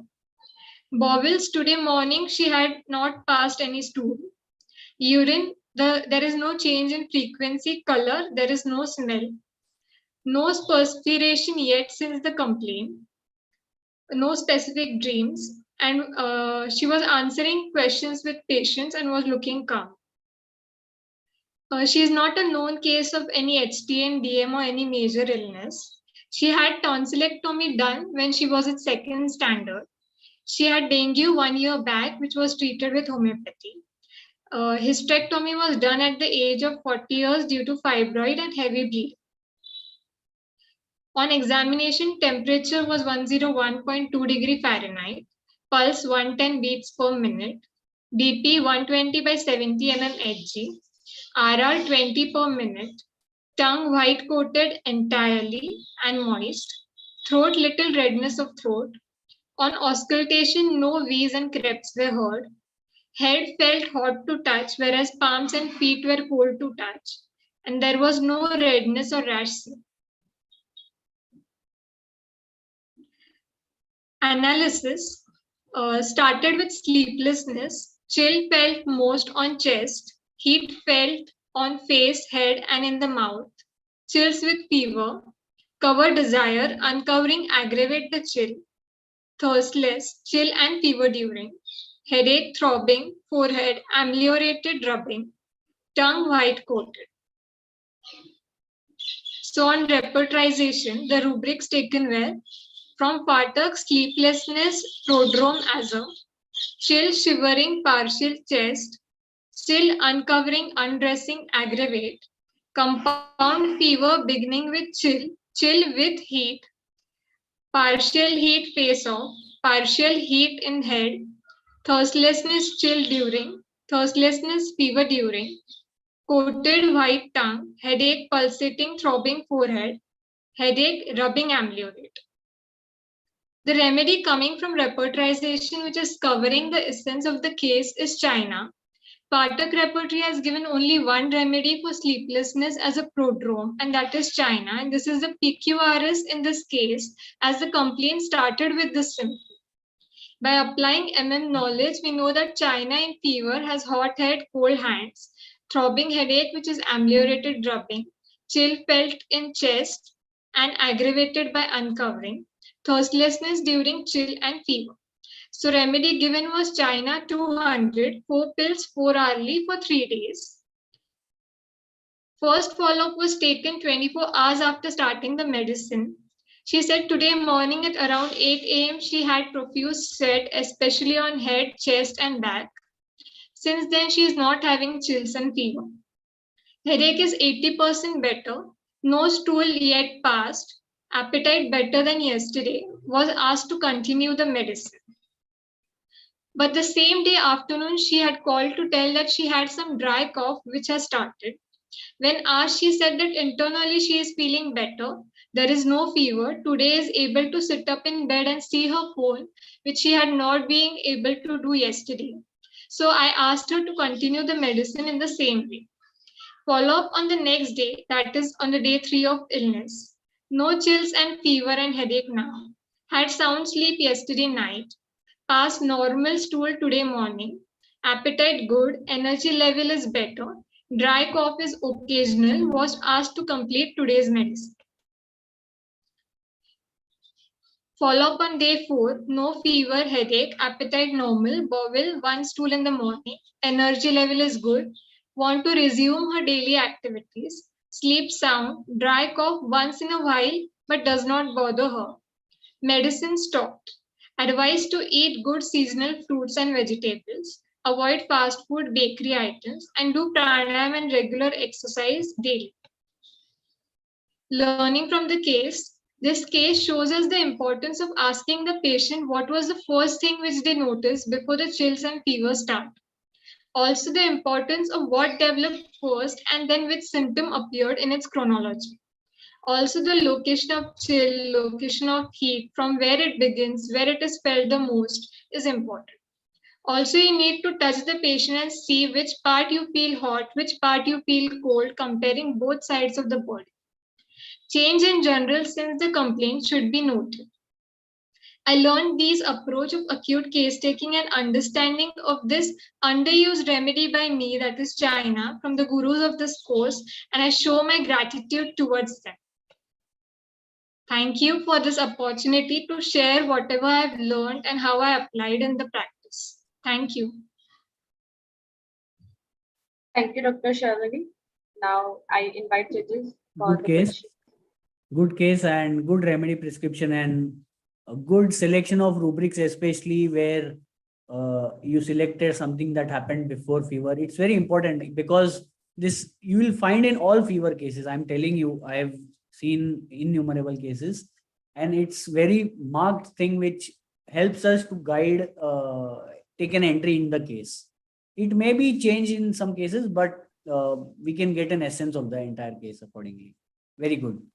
Yes, sir. Thank you so much, sir. Dr. Shravani, I just want to ask you one question that in repertory sheet, you have selected one rubric from Boric, one rubric from Patak, another from synthesis or something like this, no? Can you show it again? Yes, sir.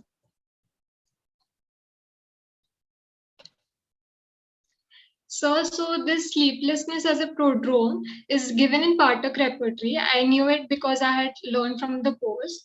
So I have selected that from Patak, and especially where the location of the chill and that is concerned, I find it more given in Boding Hussain. So I have chosen that. And case speaks about some. I just want to ask you. Generally, the case speaks about certain kind of case requires some kind of approach. It might be on Boger's approach, Boningas approach, or Kate's approach. So it is better to select one approach, and better to select the same repertory and follow the same philosophy, and you can get the reference from the same book also. Suppose I am following the Patak repertory. If there are ideas of grand generalizations and such things, more of pathological general symptoms, I will follow up with either Patak repertory or Bogus repertory, and I will only see the references in that same philosophy and same mathematics. It is always better, but sometimes it is okay. I agree. Good case. okay, thank you so much, sir. Thank you, sir, and thank you, Dr. Shravani. Now I invite our next presenter, Dr. Ashima Kullar, to present the case.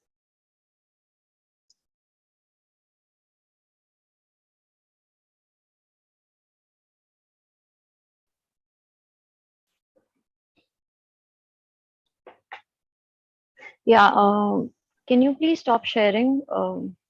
You can Dr. start Shravan? sharing. You can start sharing. We'll be able to share.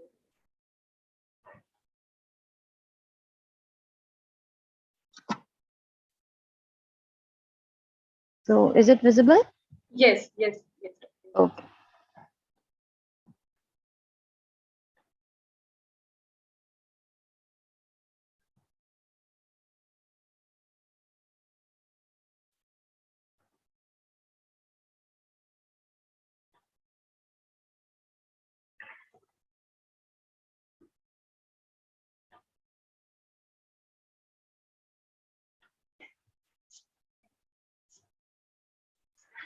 So a very good evening to the judges and the fellow colleagues. So I am Dr. Ashima Kullar, third year MD student. I'm going to present my case, that is folliculitis of scalp in an 11-year-old girl and its complete remission through individualized homeopathy, a case report. Is it visible or this panel is coming on the top? I don't know. No, your presentation is visible completely. Let's go. Okay, okay, thank you.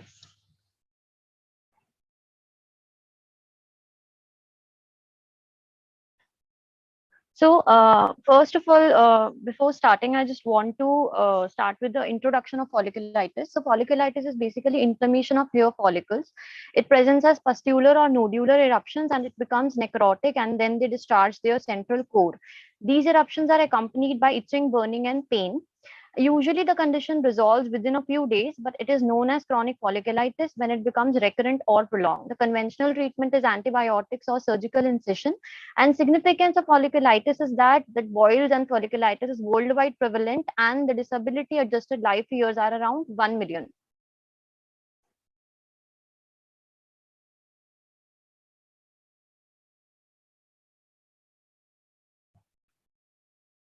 So case details. So the presenting complaint was an 11-year-old girl presented with multiple papulo-pustular eruptions on the scalp with itching, burning and stinging pain since 4-5 days.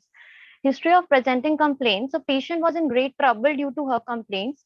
On further questioning, patient informed that she has been experiencing the repeated bouts of these symptoms for the past 2 years. So on asking about the frequency, she told that the few eruptions are almost always there, but these flare-ups occur once in 15 to 20 days, which is really bothersome, and itching affects her daily activities. So despite of taking all the necessary medications, almost antibiotics every time, and also the homeopathic treatment, her condition was not improving. So the location was on scalp. The main sensation, the main troublesome symptom was stinging, pain, itching, and burning. Eruptions used to be aggravated in summers because the patient is very hot. Itching used to be aggravated at night, and the burning used to be aggravated at warmth. From warmth, burning used to be aggravated. The past history. So the head injury was received, a lacerated injury from a sharp object at 7 years of age. Homeopathic treatment is that history, sulfur vanam was taken a few months ago, but that didn't give much relief to the patient, and the complaint was again recurring. Treatment history: patient has already taken conventional treatment like oral and topical antibiotics without any improvement, and the family history is nothing significant. Generals on asking, rest all physical generals were okay, but thermally I found the patient to be very, very hot. Desires were very marked in the entire case. So the major spark in the physical generals was on desire. So there is a lot of desire for chocolates, butter, and smoked meat. Aversion to green vegetables, and the rest physical generals were normal. Mental generals, there was fear of dark, fear of ghost. Secondly, I found that the child was very artistic. She used to love drawing, reading. And thirdly, just on observation while case taking, as she came with her father, I noticed that there is some domination from the side of father, since he was repeatedly, interfering with the answering of the child, and it was quite evident that the father is slightly dominating. So that was my observation in the case. The diagnostic assessment, it was clinically diagnosed by examining the nature of eruptions, its chronicity and recurrence, and the associated symptoms, which I listed in introduction. So it was diagnosed as acute exacerbation of resistant chronic folliculitis, since the bouts are since 2 years, but the patient came in acute exacerbation to me. It had to be differentiated from seborrheic dermatitis, but seborrheic dermatitis is rarely seen in children, and there was no dandruff or scaling in the patient, and moreover characteristic seborrheic distribution was not there. Folliculitis per se is a pyoderma. It begins within the hair follicle and is classified according to the depth of invasion. It is superficial and deep. The superficial folliculitis is not always infectious. It can be due to Staphylococcus aureus, or it can be due to chemicals like mineral oils, vegetable oils, or some cosmetics, and it can be due to mechanical like pseudofolliculitis from waxing, shaving, etc. And clinical features are mainly dome-shaped lesions are there. Another one is deep folliculitis. So its etiology is specifically Staphylococcus aureus. Deep-seated erythematous follicular papules are seen, pustules are seen in beard area, scalp area. They are commonly involved, and the treatment is systemic antibiotics or incision if it is prolonged. Differential diagnosis from seborrheic dermatitis, because seborrheic dermatitis is usually due to overgrowth of yeast, which is Malassezia furfur. So age seen in adults, infrequently seen in infants, but not in children. Morphology, there is follicular papules, and sites are scalp, eyebrows, eyelashes, nasolabial folds, the retroauricular region, presternal, interscapular region. So this involvement was not there. Another very important differential diagnosis is dissecting folliculitis, perifolliculitis captans, or Hoffman's disease. So this is basically an inflammatory condition of scalp that can lead to scarring alopecia. So this is very important to note because it is a rare disorder, and in such type of cases, the prognosis is very poor and treatment is also very difficult because scarring has already taken place. So this is the first images of initial stage of dissecting folliculitis, and the second picture is of late stages of dissecting folliculitis.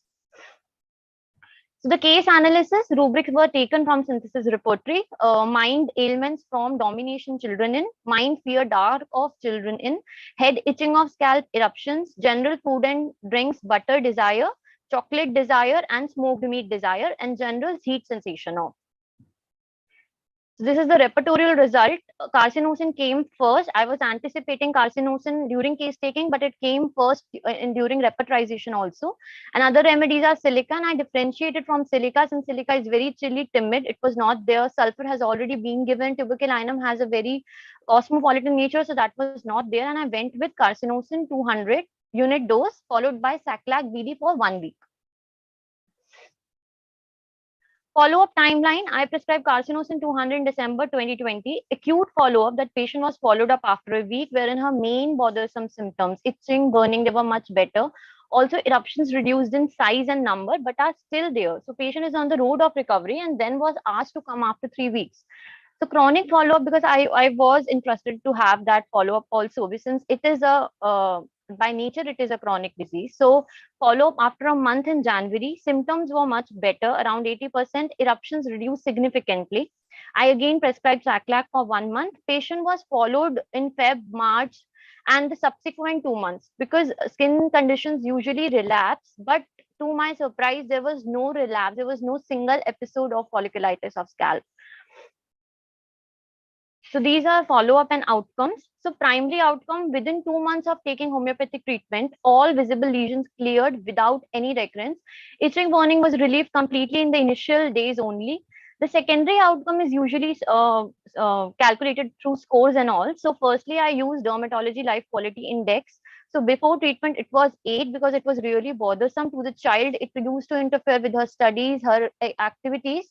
So it came down to 0 after treatment because complete disappearance of eruption was there. And the Monarch criteria, that is the modified Naranjo criteria. This is a criteria which is used to test the causal attribution that your medicine has brought out that change which you are seeing. So it is not due to some other factors. It is due to your medicine. It is a upgrade version of Naranjo criteria which allopaths use to check whether the adverse outcome is due to their allopathic drug. So this is modified Naranjo, which is used to test the causal attribution of homeopathic medicines. So the score came 7 out of 13, which is a very good score. It ranged from -6 to 13. So higher the score, the better, the more is the causal attribution. Basis of selection of carcinosin, case was resistant to any kind of medication previous given. So it was an indication to think of nosode plus domination aspect, also intense desire for chocolate. So this was my basis of selection of carcinosin. Learnings from the case. So one indication of using a nosode, which we usually say that the case, when the case is not responding to any remedy, is recurring. So it was clinically verified. Few cases where only 1 dose of the correct medicine works wonders, because this is one of just few cases in my practice which I have seen that one medicine has cured the patient. The power of observation, because in this case the domination noticed was one lead to the remedy. Acute exacerbation sometimes provide a clue to the chronic remedy, because like in this case, and the power of individualization, whether it is acute or chronic.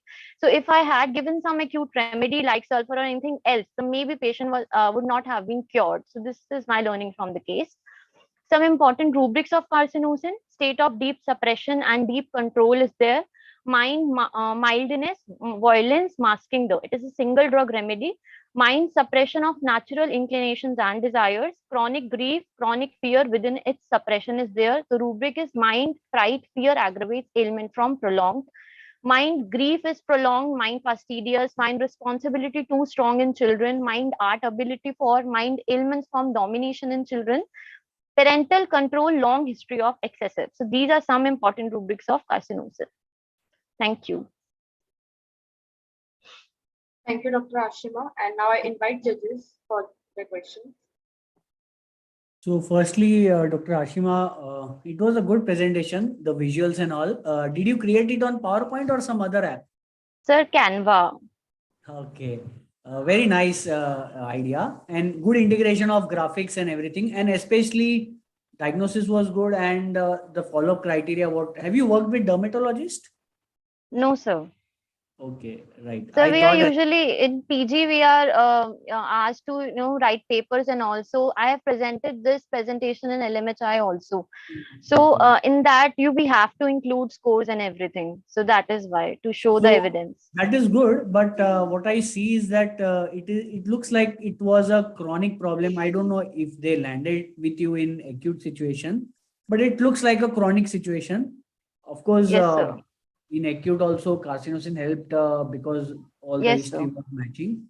So it's a good prescription, but it is not a proper acute case, I would say, but like a chronic which has manifested in acute and reported to Acute, you. yes, sir. Because patient But- came with acute complaints only. So that is why I submitted, because came with acute complaints, but on inquiring and taking history, I got to know that it is a chronic, but per se patient came with acute complaint. Yeah. Okay, good one. Nice. Thank you, sir.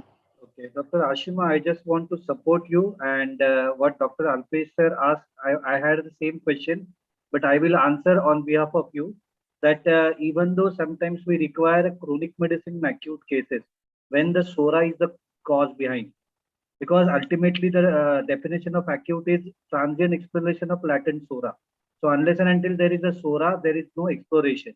So sometimes you require to treat that SORA, and definitely this medicine was hitting that target.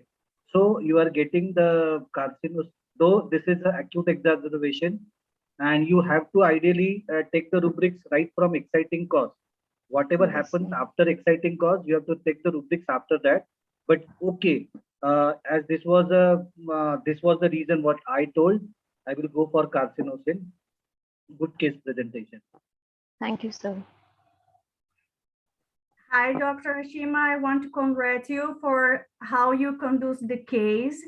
I'm Thank you, ma'am. agreeing with the other judge because maybe it's a chronic disease, but you are very clear in how you explain every points of your presentation. I liked very much how you share your knowledge. Yeah, it's very important to people understand. Yeah, and but I missed the pictures where you shared after the treatment the picture. I think it's important. Yeah, actually, ma'am, I have that this case is quite old. It is in 2020, December 2020, the patient came to me in OPD. So due to some technical reasons, I don't have the pictures with me right now. The original pictures, they are not with me. Okay, congratulations. Well done. Thank you, ma'am. Also, one more thing, this is a general thing for everyone, and it is like if we are learning in homeopathy, if we have time before opening our own clinic, we should have a 3-month or 2-month or 3-month visit, or we should learn from different consultants like ENT, skin, orthopedic, because these are some specialties, and some of these cases will keep coming to us. So it's good always if we can, and with a physician we should learn for 6 months. This is what I did in my internship, and it would help everyone once you can get the time to devote yourself for that specialty for some time. I just want to add one more thing is that yes, it is always better to learn how allopaths understand the case, but first understand their language, and after that make them understand the homeopathic language and turn them to homeopathy. That should be the aim of every homeopath. Tell them homeopathy in their own language. Thank you so much, sir. Okay, thank you so much. Thank you so much, Dr. Ashima. I would like also to congratulate because it was a very beautiful case presentation. And I think that the best way to convince the allopaths are the results which we obtain with homeopathy. So congratulations. Yes, ma'am, because they do not agree with our just objective symptoms. They need some evidence. Exactly. So this monarch criteria is I actually found very interesting, and we all can apply in our cases also. Yeah. So the evidence-based homeopathy, I think, is the future. Yes, ma'am. Thank you so much, ma'am. So thank you, ma'am, and thank you, Dr. Ashima, once again. Now I would like to invite Robin Pollock to present her case.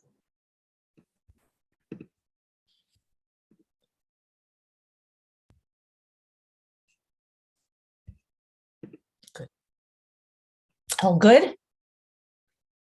Yes, Robin, you can start. We're ready to go? Yes. Okay, thanks very much. Hi, everybody. I'm going to present today to you an acute case of inflamed tonsils. This is a 4.5-year-old girl. She was previously treated for behavioral issues and intense sugar cravings, responding well to Sina and Sac-Alb. She had a strep throat about 10 months earlier, which I did not treat, and a strong family diathesis of throat issues. She went for a walk on a hot night, and she played in warm sprinklers for about 10 minutes. So you see at the bottom, I have a rubric for you. I like not to wait until the chart to show you the rubric so that you can clearly see how the symptoms get translated into a usable rubric in C2. Next day, she reacted poorly when mom's promise of a treat from the store ended up being clothes and not sweets. Highly indignant. What kind of treat is that? She shrieked. The crying was so intense that she gave herself a headache, felt in the forehead. She woke up with continued headache in her forehead and fever that rose throughout the day.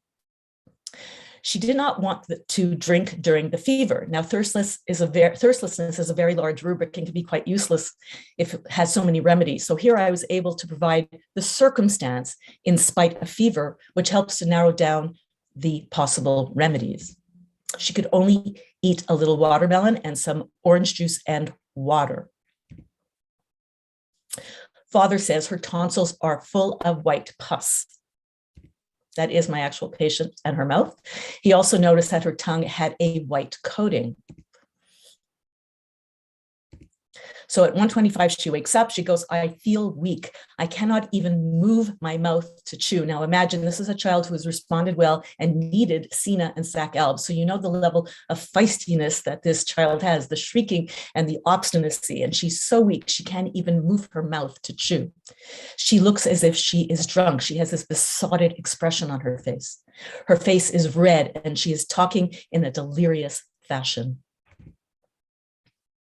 Father gave her gelsemium, which is not a bad prescription, as she's presenting in a kind of influenza kind of way with a kind of droopy, drowsy presentation.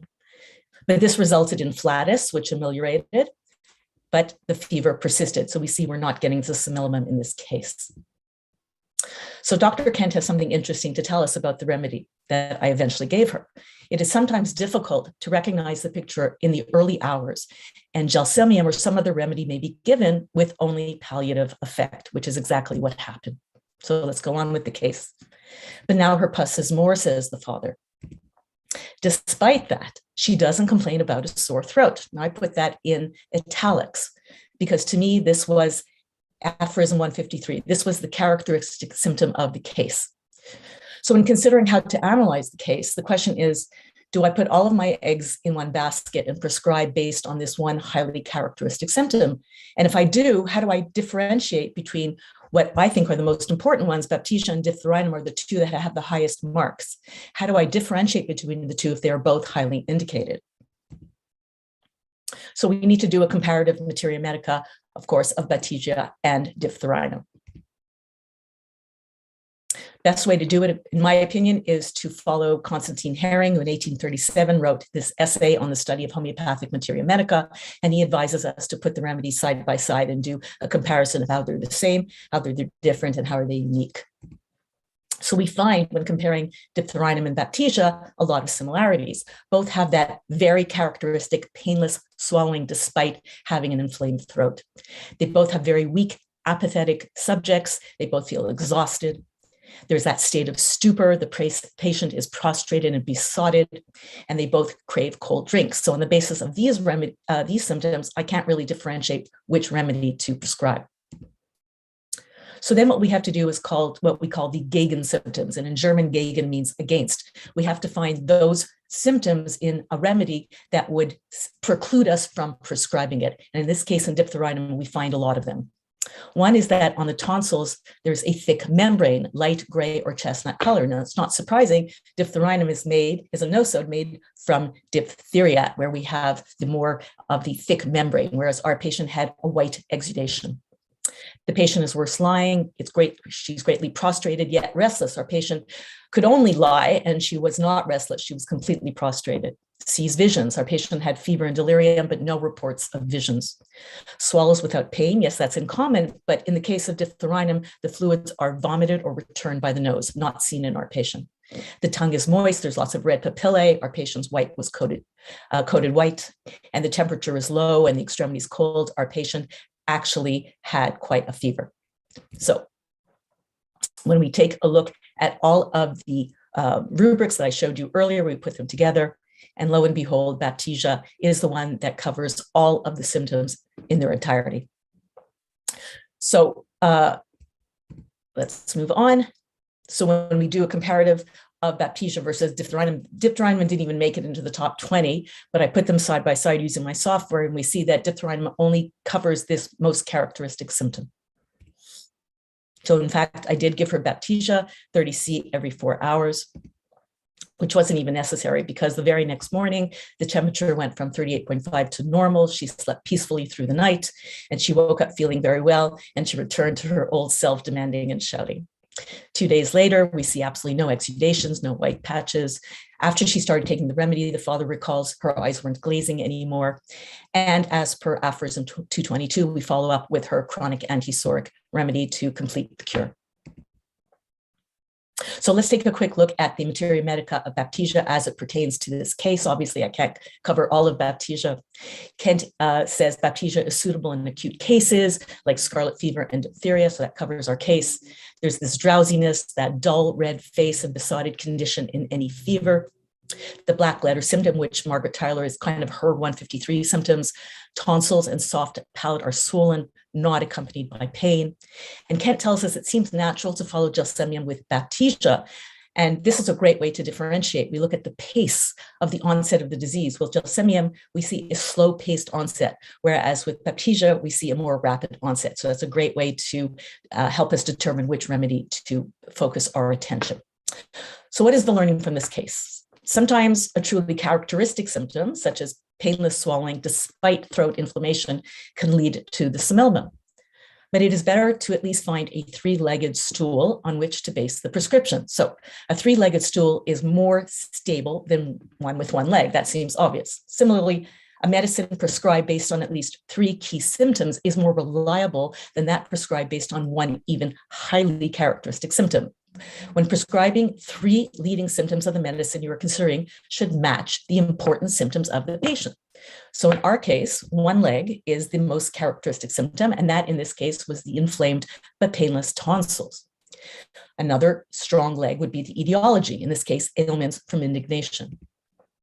And then we always want to look in acutes at a change in mental emotionals.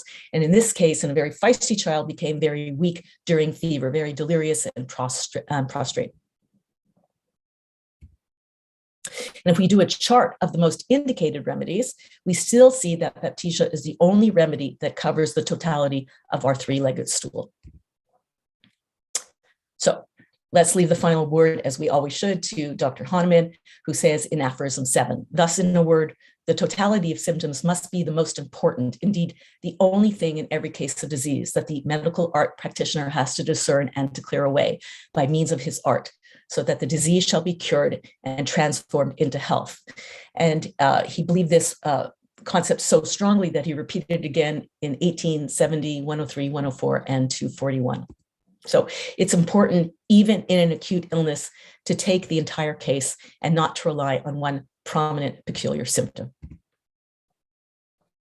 I was afraid I wasn't going to have enough time, so I didn't say this at the beginning, but I would like to thank the Academy and everybody for the opportunity of presenting this case. To Dr. Gaurang Gaikwad, to Dr. Srishti, thank you very much for listening to me today. Thank you so much, Robin, for sharing your case with us.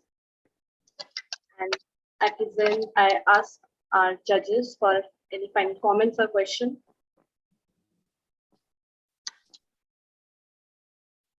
It was a nice case, doctor, and presentation was also very nice.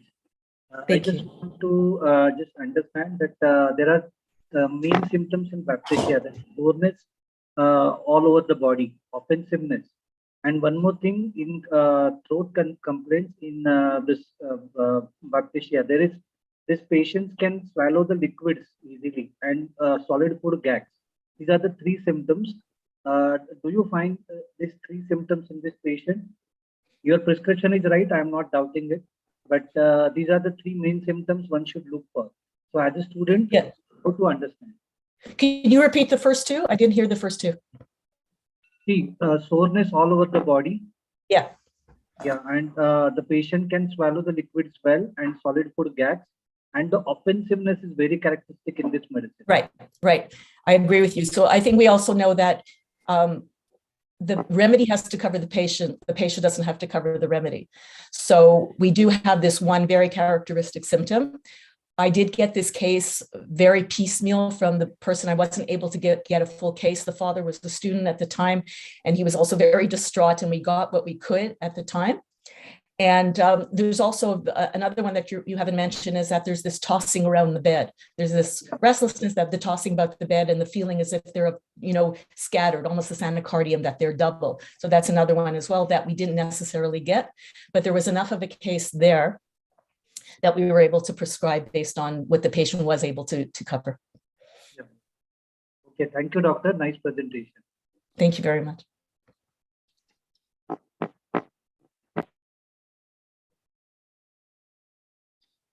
So thank you, Robin, once again. And now I'll just like to invite Dr. Nandini Jadhav, as her presentation was left in between because of a technical issue. So Dr. Nandini, you can start your audio and video. I'll share your presentation.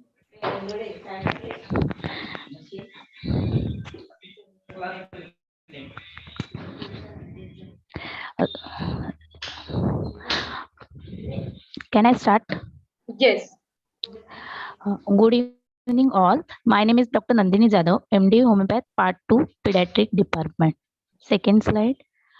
23/12/19, Day 1, 8-year male child, name as JS, complaint of nose, swelling, tenderness at right nostril, progressing to right eye, 2+, pain on slight touch, 3+, abscess, painful, could not sleep that night, feel cold, 2+, feverish feeling, appetite, thirst reduced to take dinner and morning breakfast. Before coming to OPD, onset is since 1 day, progress within a night. Next slide.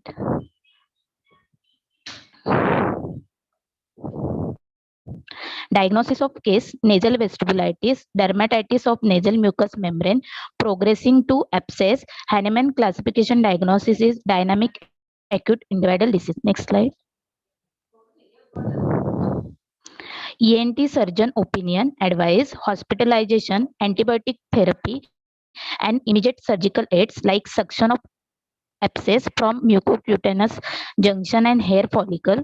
Potential to fatal condition: it lies in little area of nose. Acute infection may drain into inferior orbital vein and cavernous sinus. Complication like acute hemorrhage, cellulitis of facial, thrombophlebitis. Next slide. Complication: life-threatening condition, nasal vestibulitis. Complication: cavernous sinus thrombosis, dangerous area of nose. Next slide.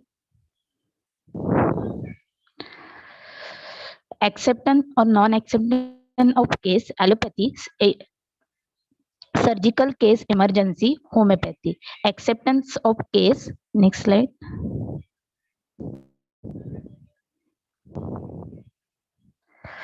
Management strategy: ENT surgeon opinion, hospitalized patient, antibiotic therapy, surgical procedure, suction of abscess by mucocutaneous junction or by hair follicle. Question: do not squeeze the nose, do not press it to drain abscess. Surgeon never give incision to dangerous area of nose. It may bleed or it may cross blood-brain barrier fastly. My concern stand: give homeopathy sector remedy along with antibiotic therapy. Question: watch for acute hemorrhage, burst of abscess, high-grade fever, SOS, immediate hospitalization. Me as a beginner of homeopathy, give homeopathic treatment, antibiotic therapy, SOS, daily follow-up. Question: as per my concern told. Next slide. Anxiety of beginner: what if complication occur? Medical legal case: what about patient care? Location of abscess: very sensitive area. cooperative father, poor financial condition of parent. I want to help child. If not recover, anxious parent will switch physician. We may lose trust of parent on homeopathy. Next slide. Location: nose, mucous membrane, right vestibule. Onset sudden, progressive, duration 1 day, intensity severe. Painful, cry in pain, aggravated by touch, sleep disturbed due to pain, swelling 3+, better by warm, redness, line on painful slight, appetite, thirst, and general activity reduced, tenderness 2+, swelling 2+, direction ascending up to the right eye and below eye. Next slide. Boger approach, reason more pathological general abscess, location nose, right side cell mucous membrane, pathology inflammation abscess, pathological general abscess sensitive to touch, painful abscess, physical general sensitive to cold, appetite reduced, thirst reduced, sleep disturbed due to pain, feverish feeling, characteristic particular nose abscess aggravated by painful, mental cry in pain. Kent approach, reason qualify mental and characteristic particular symptom, mind sensitive, cry in pain, nose abscess aggravated slight touch 3+, nose abscess better by warm 1+, nose abscess painful crying in pain 3+, sleep disturbed due to pain, eye swelling below right eye, chilly sensitive to cold, appetite thus reduced. Next slide. Bonington approach, element from no any, general aggravation aggravated by touch, aggravated by line on affected part, general amelioration better by warm, physical general painful, swelling, tenderness, striking concomitant appetite thus reduced, sleep disturb, characteristic particular nose abscess painful. Next slide. Bonington repertorial approach, general touch aggravation, general warm amelioration, general line down after aggravation, stomach appetite diminished, sleep disturb, pain in, stomach thustless, nose abscess, close coming remedies, murk, silica, and hippursul. Next slide. Can approach a repertorial sheet, mind sensitive pain to nose abscess, nose swelling right, nose touch aggravation, nose pain root, close coming remedies, hippursul, murksol, and silica. Next slide. Boger approach of repertorial sheet, nose abscess, general touch aggravation, general abscess painful, general cold aggravation, sleep disturb, pain bad, stomach appetite diminish, close coming remedy, hippar, lyco, silica, murk. Next slide.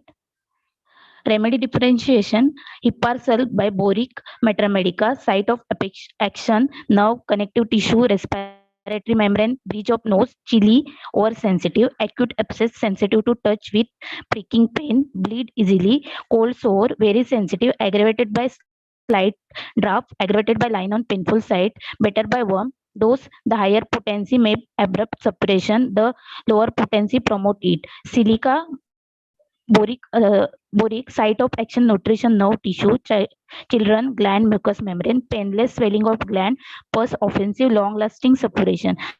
Murk, nose, bleed easily, bloody discharge from nose, discharge greenish, not cover physical general of patient. Next slide.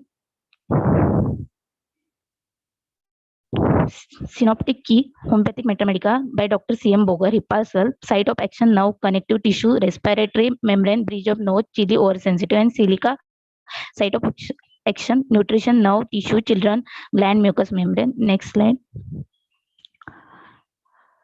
Potency and repetition of dose, sensitive and susceptibility of child, onset sudden acute, progressive, nerve, pain sensitive, high, mind sensitive, cry in pain, characteristic particular present. Potency high, repetition as a pathological condition, it's severe abscess, need to given frequent repetition, potency 200 and repetition frequently. Next slide. Final selection of remedies, hippursul 200, 2 hourly given. Next slide. Follow up after second day, touch sensitivity mild reduced 2+, pain on pressure 2+, redness mild reduced, sleep in night, no cry in pain, no feverish feeling, mild bleed 1 to 2 drop from right nose. Treatment hippursul 200, 2 hourly continue. Interpretation, remedy registration we got, mild reduction in intensity of complaint. This is the first follow-up picture of patient. Next slide. Second follow-up after 2 days, remedy hippursul 204 hourly given after and before a picture of the child. Interpretation: if patient showing recovery, need to reduce repetition. The first follow-up picture and second follow-up picture and smile of face of patient. Next slide. Third follow-up after 4 days. No swelling below right eye, no tenderness at right nostril, one episode of mild epistaxis yesterday night, no fever. Case was defined that day. Constitutional remedy silica 201 powder HS and R2 pills given. As a silica is a complementary to Hipar. Action is a acute followed by CR given. And this is the picture of before and after third follow-up of patient. Next slide. Last follow-up after 2 days. No pain, no tenderness, no nasal bleeding, no nose block, right nostril, no fever, appetite was normal, sleep normal. And this is the last follow-up picture of patient. Next slide. Learning from this case: cause effect treatment, management strategy in potential fatal cases, prudent wise to be done in all cases, anticipate all problem before advise anything patient, medical legal aspect of potential fetal case condition, knowledge of physician aphorism 3 and 4. In this case, knowledge of physiology, dangerous area of nose and its blood supply, knowledge of pathology, nasal vestibulitis, abscess and streptococcal anoresis infection. ENT surgeon opinion: abscess may be drained into the infraorbital vein and cavernous sinus, need to immediate surgery of suction of abscess. And because of this patient, surgeon advised surgery, but rural area patient, they are poor financial conditions, so come in homeopathic treatment in our hospital. Thank you so much.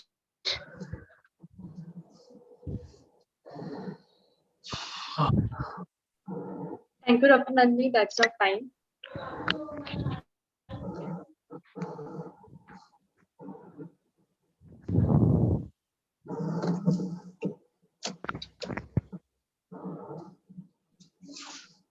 So if Dr. Pranshpe want to say anything or ask some question. Yeah, again, the same thing. You don't have to solve the case with all approaches. Whatever case requires, you just have to follow the same approach. That's it. Otherwise, it's okay. So thank you, sir. And we have last presentation of today by Dr. Sujatha. So I asked Dr. Sujatha to please start her mic and camera, and I will share her screen.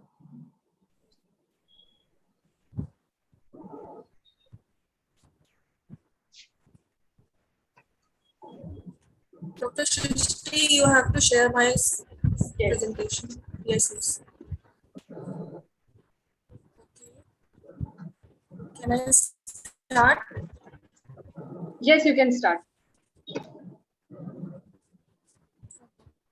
So good evening, everyone, to all respected judges. Myself, Dr. Sujatha Singh.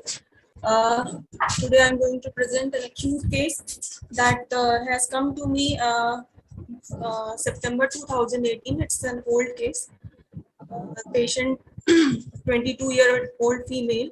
She came to me with an acute pain in all the joints with a very high-grade fever. Probable diagnosis that I made at that time was chikungunya fever, because chikungunya fever was quite prevalent at that time in my city and in my state also. So I asked about her chief complaints. She said she is having acute and sudden onset of severe pain in all the joints, especially she told me in the toes, knee joint, wrist, finger joint and lower backache. Fever was quite high. It was around 103 and 104 degrees Celsius, and it was not coming down even after taking the antipyretics. And she was also having frontal headache with body ache. Next slide, please.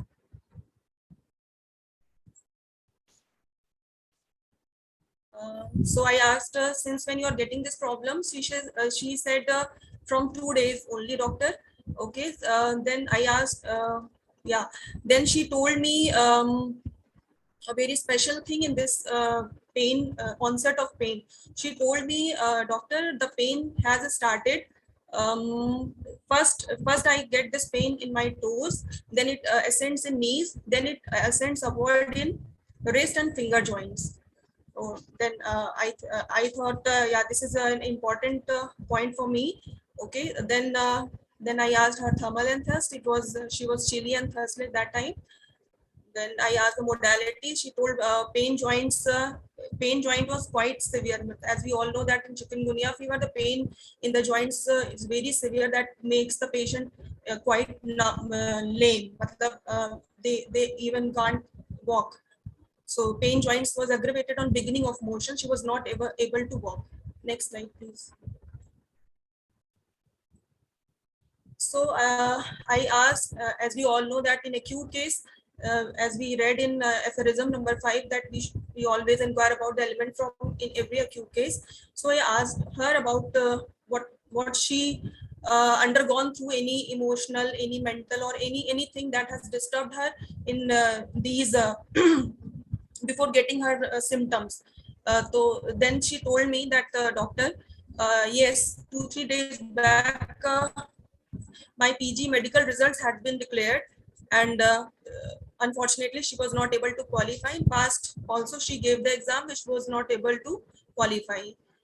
Then I asked what about her reaction, about what she is feeling after getting the results, after seeing her marks. She said, I am very much disappointed and sad.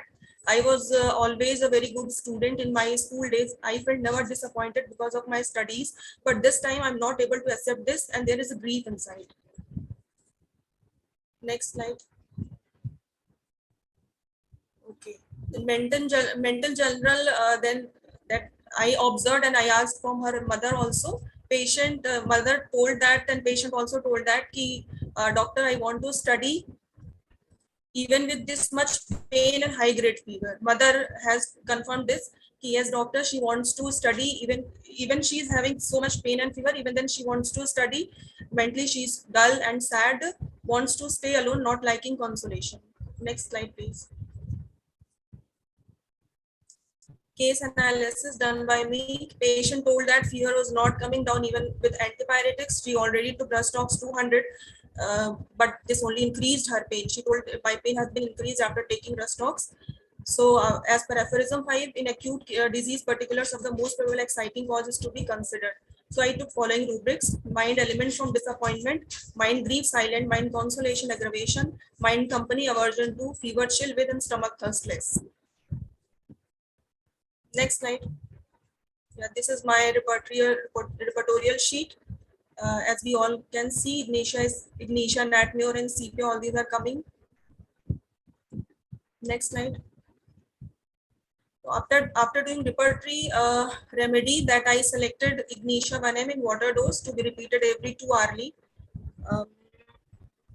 Then follow-up came to me by next day. She came to me and she told me that fever, doctor, just after taking first water dose of the medicine, fever came down to 99 from 104. That was not coming even after taking antibiotics. Joint pains, she also told about her pains. She started to diminish. Pain diminished, and yes, again the pain, direction of pain, that has been told by her, that it started to diminish first from the wrist, then it finger joints and wrist. First the pain has diminished from there, then the pain of knees got better, and then lastly the toes got better. Next slide.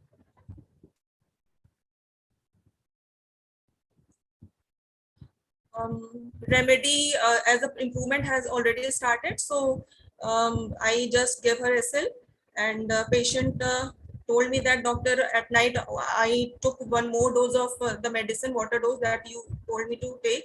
Fever completely subsided. Second day, the follow-up that came to me after second day, she came to me, fever completely subsided, joint pain completely gone, feeling energetic, appetite is good, sleep good, thirst good.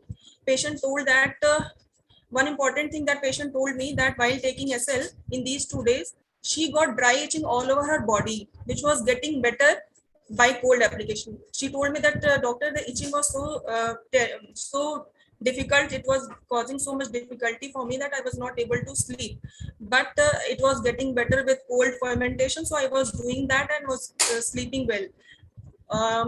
Okay, then and she was taking SL, but that when she came to me after 2 days, then she told me that that itching all disappeared by itself. I did nothing for that. Next slide. The patient was advised to take SL and was discharged as cured. And acute case being cured within 3-4 days of diet homeopathic similimum. So from this case, I learned two important things. One is element from is very much important, and second thing that I get the cure according to Herring's law. Herring's law been verified in this case. Thank you.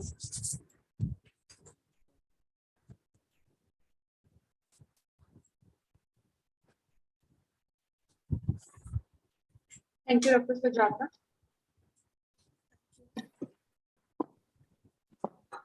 And if Dr. Paranch may have any questions, you can go ahead. No, I just want to ask Dr. Sujatha. Viral rash is very common after such kind of.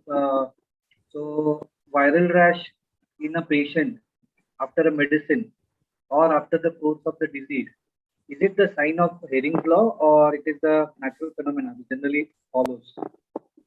It was not a rash. It was just a dry itching all over the body. There was no rash. No rash. It was just itching. It was just itching. Okay. Okay. And it subsided by itself. For that she didn't took anything, and it has gone by itself. Nice case, doctor. Thank you. Okay, sir, thank you. Thank you, Dr. Sujatha. So that was the last presentation, and now I give some time for our judges to enter all their scores, and we will calculate and announce the results very soon. But in the meantime, I would like to invite Dr. Gaurang sir, who has joined us, to share some of his views and messages to all our participants.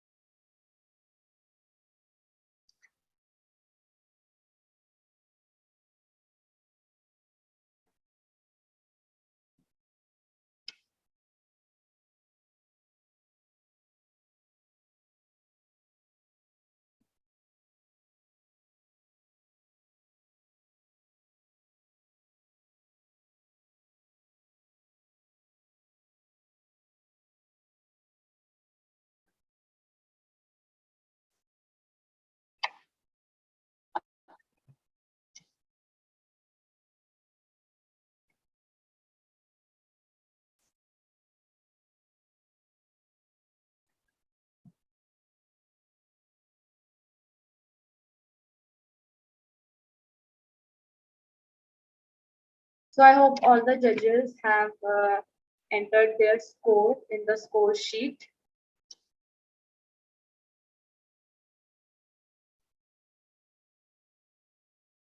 And I also invite our judges to share their experience with the case presentation today.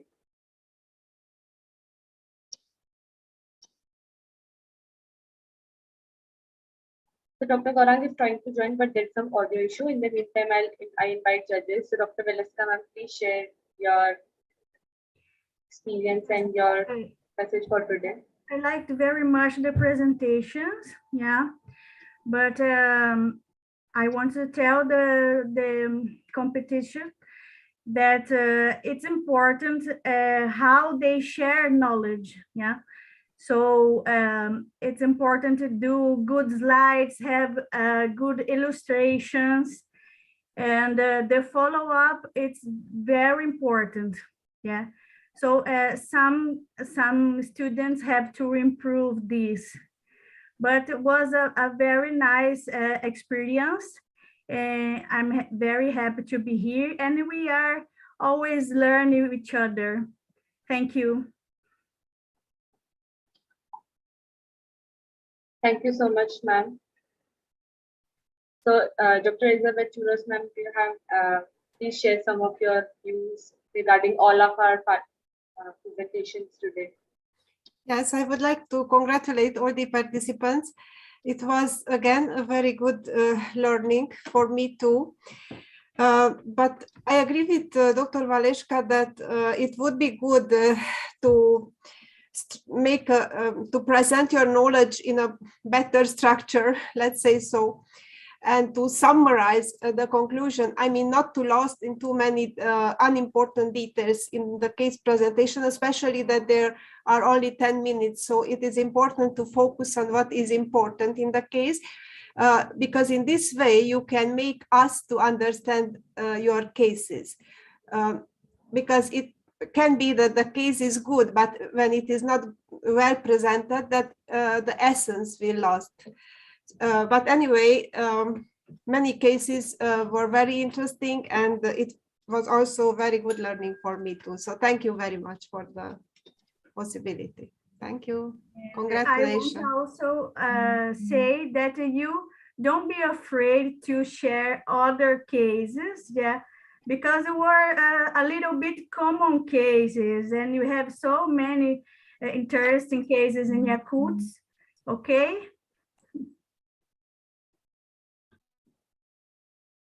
Thank you so much, Dr. Valeska and Dr. Sujatha. So I now ask Dr. Paranjpe sir. So with the questions that sir asked, sir also share lots of learnings, how to improve. So we are always thankful and grateful for your questions and your tips, sir. Thank you very much. I agree, Dr. Valeska and Dr. Elizabeth Turus. And yes, the presentation should be clear. Sometimes you should not focus more on what is diagnosis. That is, when 10 minutes are given, you should not focus more, because we know what is diagnosis, and many of the doctors know that what can happen with this diagnosis.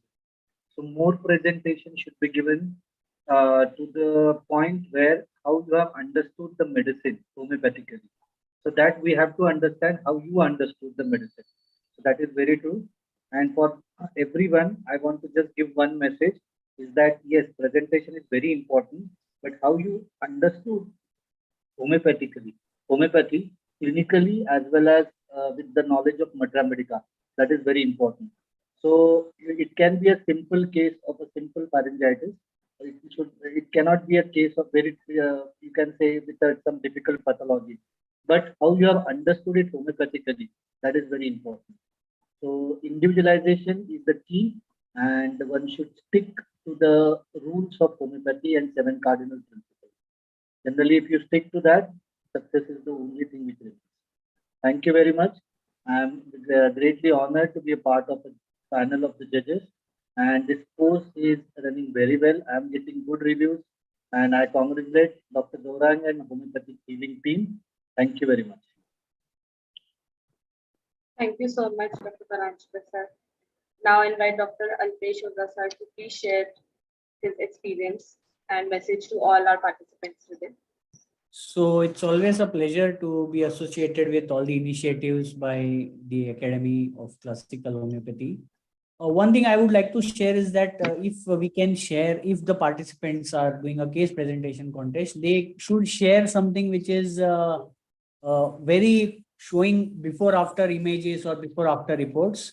And other thing is that they should also have of approach, single approach following. Many a times we have seen that many approaches are taken, like Kent and Boger and Boninghosen and all.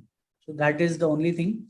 Presentation should definitely be good. Your appearance or your video, since it is online, and your presentation skills and your presentation PPT, as well as whatever you make, that all matters. It's all about case presentation contest, right? And all these points including will give you a good result, of course. So thank you all for making me a part of this initiative, and let's announce the other proceedings further. Thank you so much, sir. Now we will announce our winners. So to announce our winners, we have very special guests with us. First of all, I would like to invite Dr. Sunil Bhatnagar, sir. So hello, sir, and please. And Dr. Sunil Bhatnagar, sir, will be announcing the third winner. And we also have Dr. Gaurang, sir. So, sir, please share a message with all of us today and all our presenters.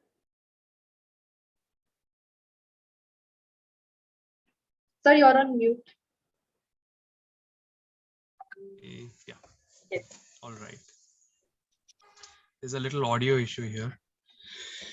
Anyways, I think it's a good idea to proceed further with the proceedings. I think let's invite Dr. Bhatnagar. Dr. Bhatnagar is from Australia and has been associated with us for a very long time, and he has supported homeopathy for some time here now, and that's why I wanted to invite him. I would also like Dr. Bhatnagar to talk about his experiences with homeopathy. This will help us. Sir, please go ahead. Hello, doctors. It was wonderful to see your session, and I'm basically allopath. I'm an MBBS doctor from New Delhi.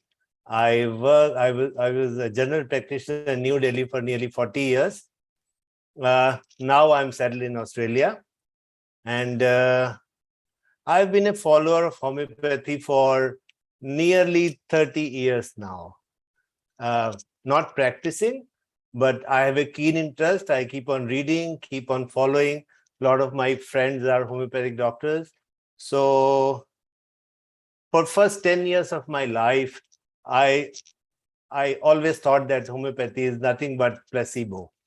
And still, my friends who are all allopathic doctors, senior ones, nearly 90%, 95% still think that it is placebo. It is not a science. Somehow, we have to make an environment in the general masses and classes and maybe medical stream that this is a pure science. And if you ask me personally, it is a superior science even to allopathy. I know both the fields. I practiced allopathic for a very, very long time, but there are so many conditions where there's an end to the problem. I mean, we always say in allopathy that nothing can be done now. You keep on taking this medicine, and that is your fate. And you can't do anything beyond that. And this is what has been taught to us throughout the life. So all my friends, they think that nothing can be done in such cases, especially all kind of autoimmune diseases and chronic diseases. They think that this is the end of the treatment for that person. So they will tell you they'd rather discourage the patient. They keep on taking analgesics or whatever neural drugs and steroids and whatnot and leave them to that. And they think, the patients think that that's the end of their life. They keep on taking those things for the whole life. Some of them try different pathies, and if they are if somehow they are lucky, they find somebody who gives them better results than allopathy. And then their life changes, and then they start thinking about it. After 10 years of my graduation, I never thought that homeopathy works.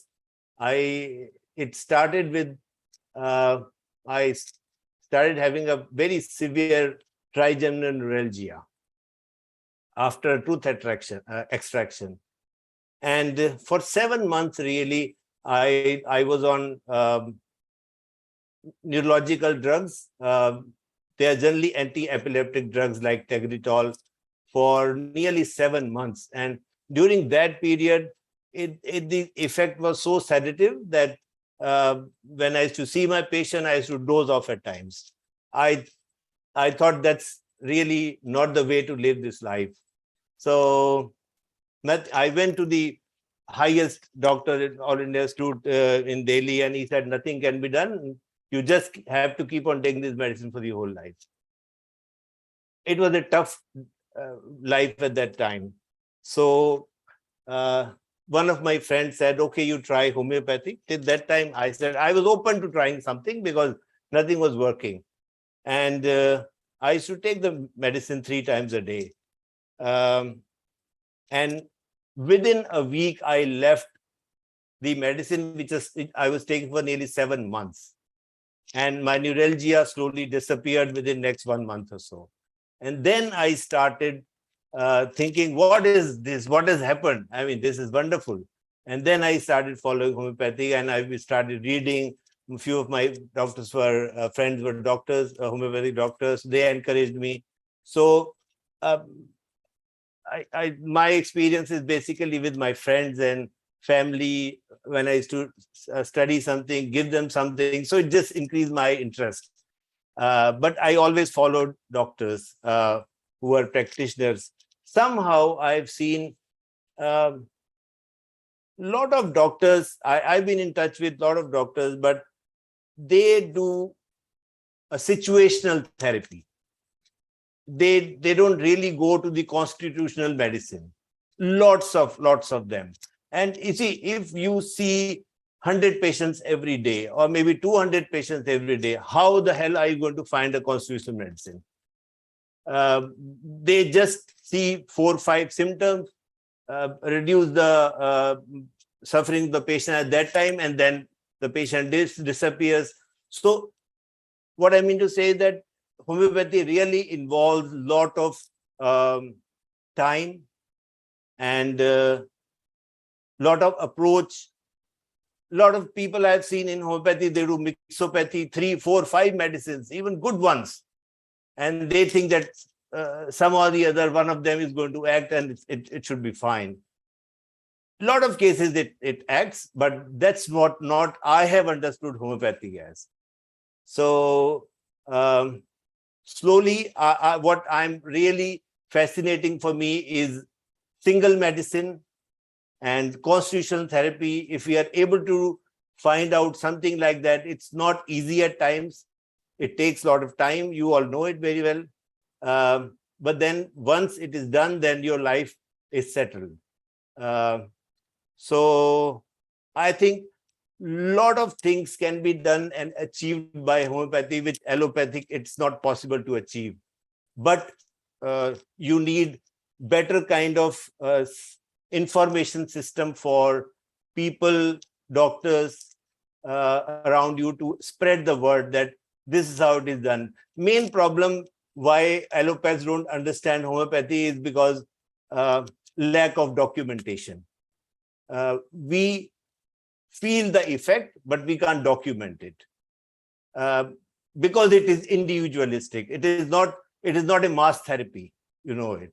So it is a wonderful science, and you have to learn a lot of things, lot of new people. I mean, they really have to be passionate about homeopathy, and then they learn so many things and they get beautiful results.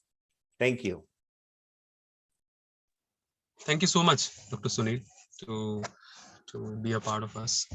Is he going to announce any winner, Srishti? Yes, sir. So, Dr. Sunil, please ask you Yeah, to sure. announce our third. So the third prize winner is Dr. Shravani Shah, and her marks, she scored about 190.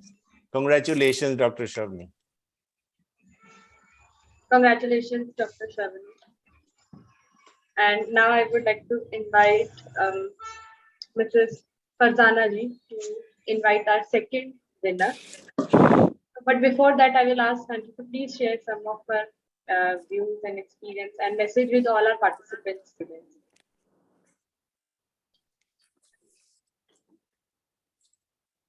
Hello. Yes.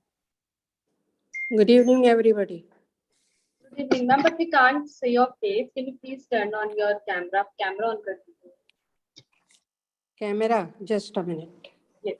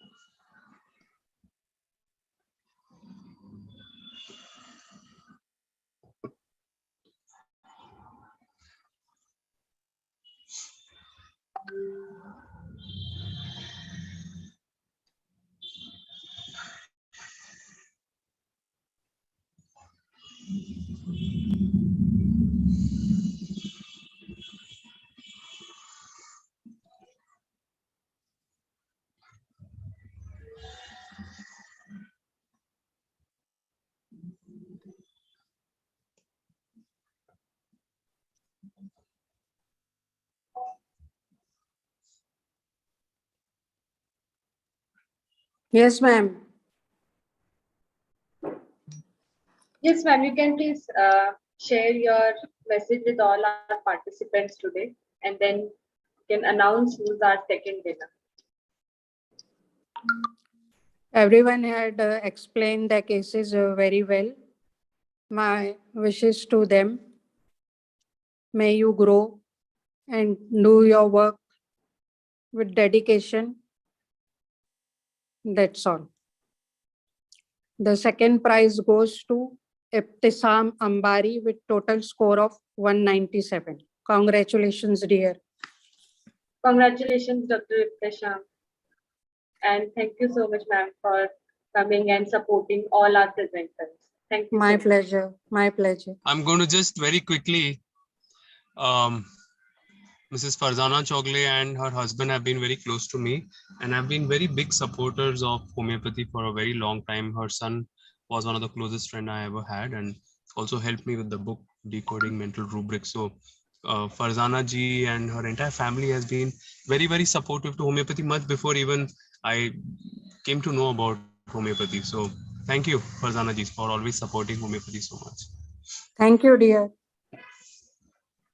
Thank you. Thank you. Thank you. And now I would like to invite Mrs. Sabina Mirchandani to please come and share her support with all our participants and announce the first prize winner.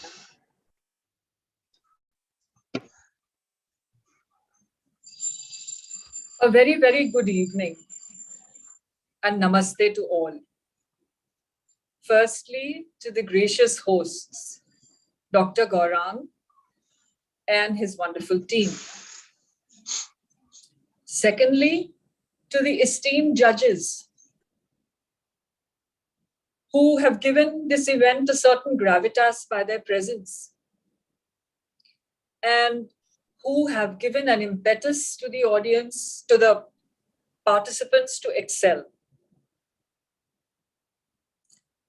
Thirdly, to the various participants themselves, the wonderful participants who are the heart and soul of today's evening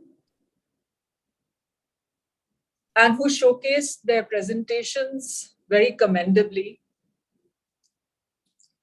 And last but not the least, the amazing audience, the most collaborative and supportive audience, who are a living evidence of the success of this course, given their huge turnout in numbers and in attendance of this course,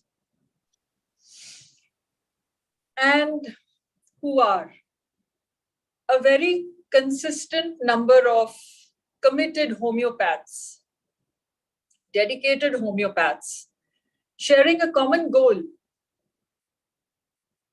of excelling their skills, of upgrading them, and of chiseling them, polishing them, in order to achieve a rare success with their practice in this highly distressing and overwhelming scenario of illness that confronts the world, modern world, as of today. I'm truly delighted to be a part of this evening. And without further ado, let me introduce myself. My name is Sabina Mirchandani, and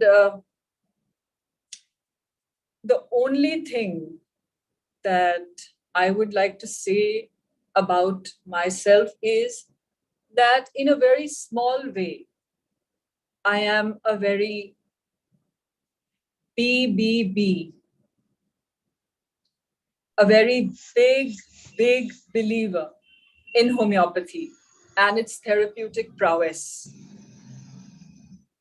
And I truly believe that with a course as in-depth, as genuine, as well-intended, and as well-attended as Dr. Gaurang's course, advanced course. Homeopathy is well poised and beautifully poised to emerge as a very powerful collaborative modality along with modern medicine. And it can more than effectively cure a million ills. In the lighter vein, I will just express it this way. Homeopathy can cure the pills of homeopathy's pills can cure ills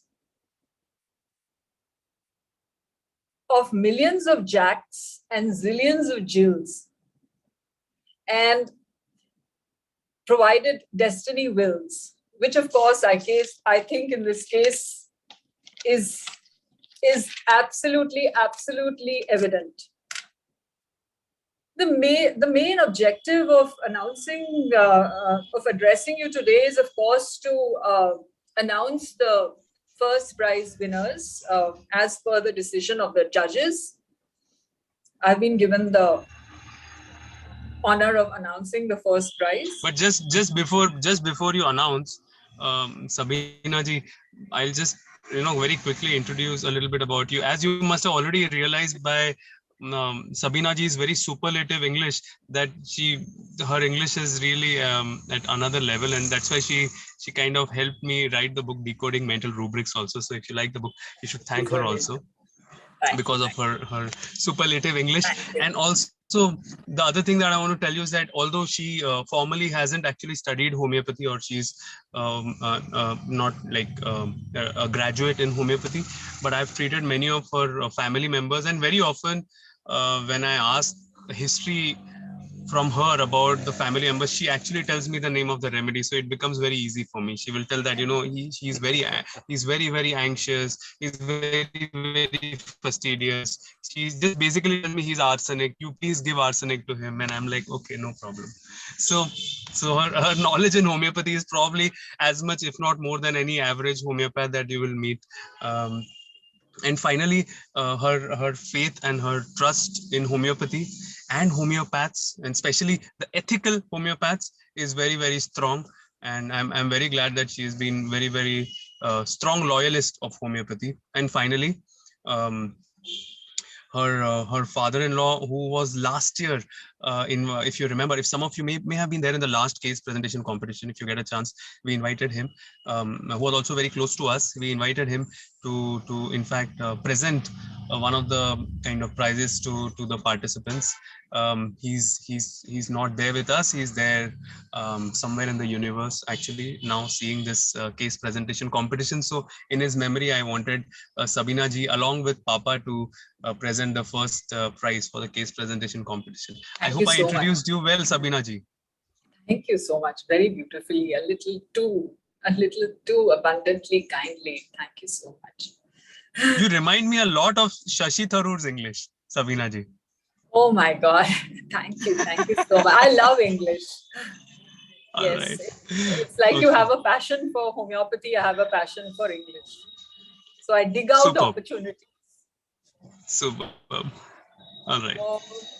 So now, although I have reached midway, but I still have a little way to go with what I have to say to everybody.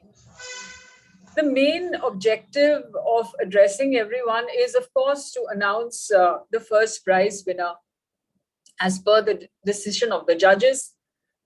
But it is also very relevant and to applaud a deeper understanding of and to celebrate and appreciate a deeper understanding of the doctor and patient dynamic. I have been a personal witness to this dynamic between my late dad-in-law, 90-year-old venerable dad-in-law, and his only whole and soul attending physician, Dr. Gaurang, during his sunset years. He was an ardent admirer, a very ardent admirer of Dr. Gaurang. And and he did amazingly under his palliative care till he breathed his last year. And what is noteworthy is that he had an undying faith. He had an undying faith that Dr. Gaurang's homeopathy would never fail him. And I'm so glad to say, I'm so glad to affirm that it never ever did. A shining example of this dynamic is when Dr. Gaurang invited him to become the chief guest and honored him this way and asked him to do what I am doing today, which is to give the first prize. He was so deeply touched by this gesture of Dr. Gaurang that at that particular time, he was in a very prostrated state, in a highly weakened state. And even getting up, even talking was an effort for him. But he rallied against his weakness. He rallied against his inability, only for Dr. Gaurang's sake, only to be there to announce the name of the winner. I'm going to just correct for homeopathy's sake. I'm just going to just correct him. Well, I was just highlighting the individual kind of relationship. For him, you were thank you so much, but you were probably the homeopathy for him. You were homeopathy and homeopathy was you. So, so he showed up to express his gratitude to his homeopath and to his benefactor. So now we shall shift gears as the pinnacle moment has come, the moment of all moments, which each and every one of us, especially all the participants, are waiting for. I wish without delay to end the nail-biting anticipation of the participants. And I congratulate each and every one of you all. But I'm delighted that the numero uno prize, the first prize for the day, goes to Dr. Ashima Kullar. Please let us give her a hand with 208 points. Thank you so much. Thank you so much. Thank you so much, Sabina ji. And thank you so much, all the participants. And it goes without saying that we are actually not here to just give prizes, first, second, third, and all this. The winners are every single one of you. And it is just to celebrate homeopathy and just to bring in that idea of presenting cases, sharing cases, that we wanted to make this kind of case presentation competition, just to build in that environment of evolving, because I do believe that communication is a very important skill. Presenting is a very important skill as a physician, and I'm glad that many of you are getting used to it. And winning and trophies are just namesake, although I congratulate the winners. But do not take, people who haven't won shouldn't take it personally, and people who won should not take it personally at all. So with this, I really want to congratulate every single one of you, all the people who have participated, all the participants of the course who have joined, all the people who are not part of the course who have joined. And special thanks to Dr. Shrishti, our very special host, who has done this entire kind of case presentation competition from scratch. I remember when I spoke to her about probably about a year and a half back or 2 years back, and the only thing that I told her was that, I want to do a course, and the only thing I heard from her, I asked her, will you be able to do it? I'll tell you how to do it. She said a yes, and I thought, if someone can say a yes, and if there are some qualities in them, we can make a diamond out of stone, no problem. So I think she has done really well, and she has. I want all of you to really congratulate her for making this special case presentation competition work. And along with her, special thanks to Vidita. I don't know if she is here. She's been one of the backbone of our course. A lot of things that you see, the videos being put on the website, the writings are thanks to her. Is she with us right now? Srishti, is she with us by any chance? So she's Vidita? not right now with us. Today we have Dr. Okay. Jaya and Dr. Mokshita with us for the back. Okay, yeah, I'll just go over there. But just Dr. Vidita, we want to thank her. So you all should go and thank her as well. A lot of the work, background work, is done by Dr. Vidita. I just wanted to have a word of gratitude towards people who have really done a lot of work in the background. Dr. Jaya, as you know, Jaya and Srishti are inseparable. They are names to be taken together, and a lot of work that Srishti does is supported by Jaya and vice versa.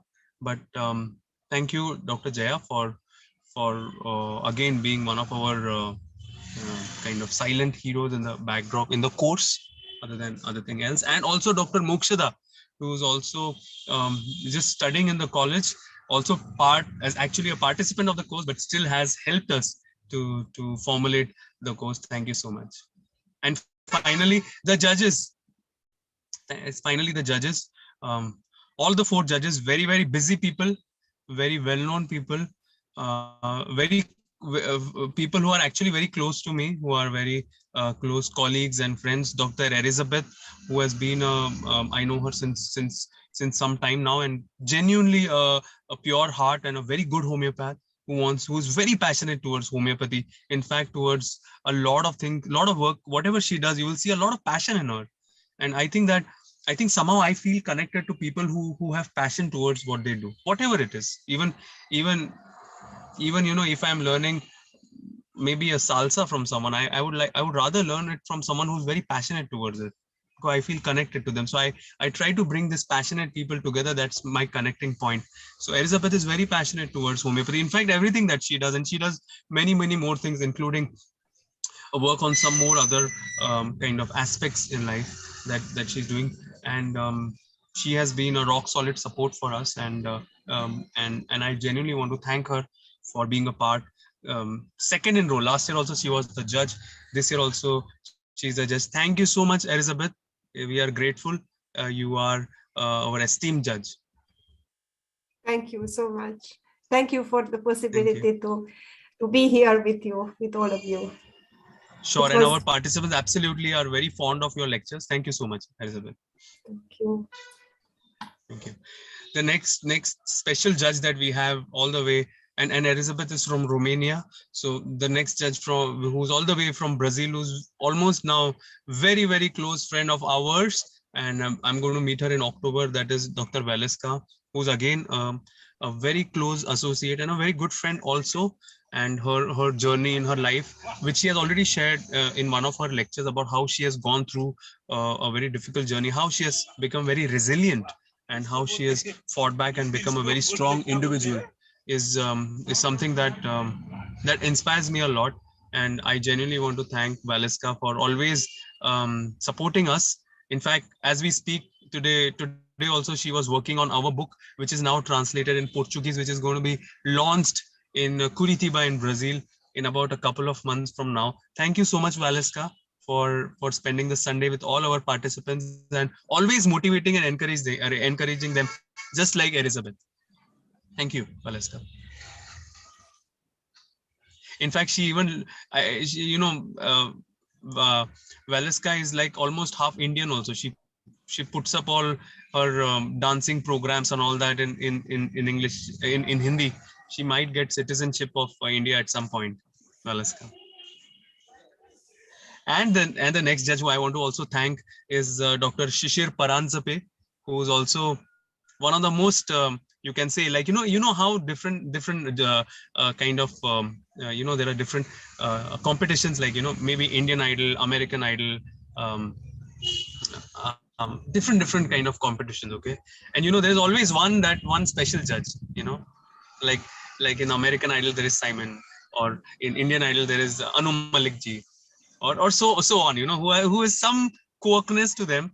and especially they have this very special question asking this thing, which makes it so much more interesting and not just logical, but also a little entertaining for the participants. So I'm very fond of Dr. Shishir Paranta, who has been very close colleague, and he's much more senior to me. All these people are very, very senior to me, but they think of me as their friend, and I'm thankful to that. Dr. Shishir Paranspe was one of the first person many years back, 6, 7, 8, God knows how many years back, who launched my first book all totally on his own without anything. So I'm very grateful to that. I don't forget things either ways. So I'm very grateful, Dr. Paranspe, who's actually one of the teaching faculties in a homeopathic college in Mumbai. So he knows a lot of nitty-gritties about this. He's very technical, and that's why a lot of points that he gives is for all our participants. Do not take it personally. This is just to make you a little bit more stronger, your foundations a little bit more stronger. I'm thankful, Dr. Paranzape, to be a part of us. We are very grateful to have you, Dr. Paranzape. Your mic is off. Okay, thank you, Dr. Paranzape. Start your audio. Forward to work with you. And the other special thing is that about a month from now, me and him, we will be talking together. I invited him to become a co-speaker. I wanted him to be a co-speaker in one of the special seminars we are having in Pune. So any one of you who's anywhere around Maharashtra, or even if you're not, you're all invited to Pune for a one-day special seminar of me and Dr. Paranzape together. You're welcome to join us. We are looking forward to that, Dr. Paranzape. Yes, sir. Yes. Participants should participate and take that opportunity to learn with Dr. Gaurang, and I'll share my knowledge also. So thank you very much. All right. And last but not the least, we have Dr. Alpesh. What do I tell about Dr. Alpesh?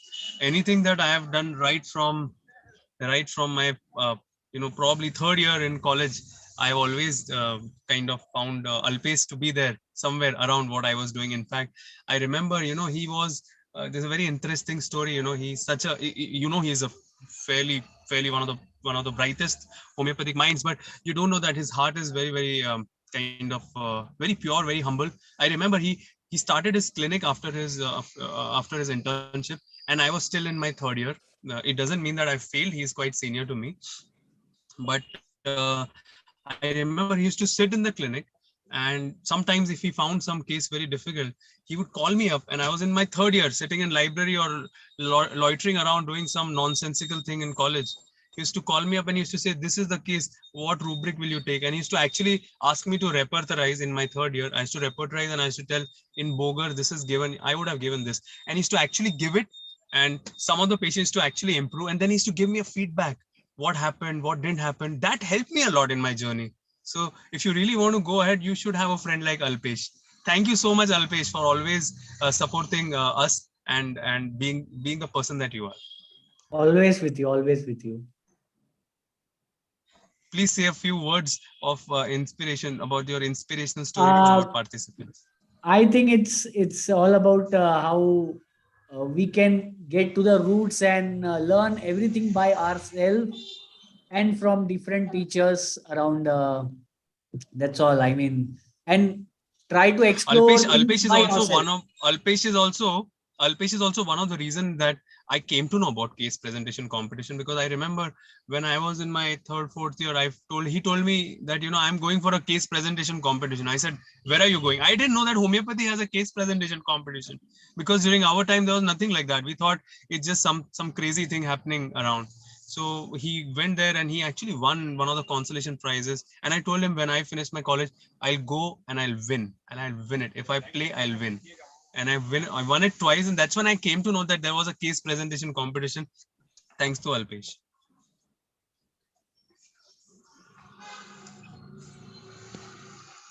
You were saying something, Alpesh. No, like always, I cut you in middle. Yeah, that's what we should learn from all different teachers, different ways. And case presentation is a good thing because it gives us an opportunity to showcase our skills and our expertise in treating different cases. Thank you, Alpesh. And finally, I want to congratulate all the three winners if I'm not wrong, Ashima, Ibtisam, please, and one more. What's her name? Shravani, Ibtisam, and Ashima, and all the participants who participated, and also people who gave their cases.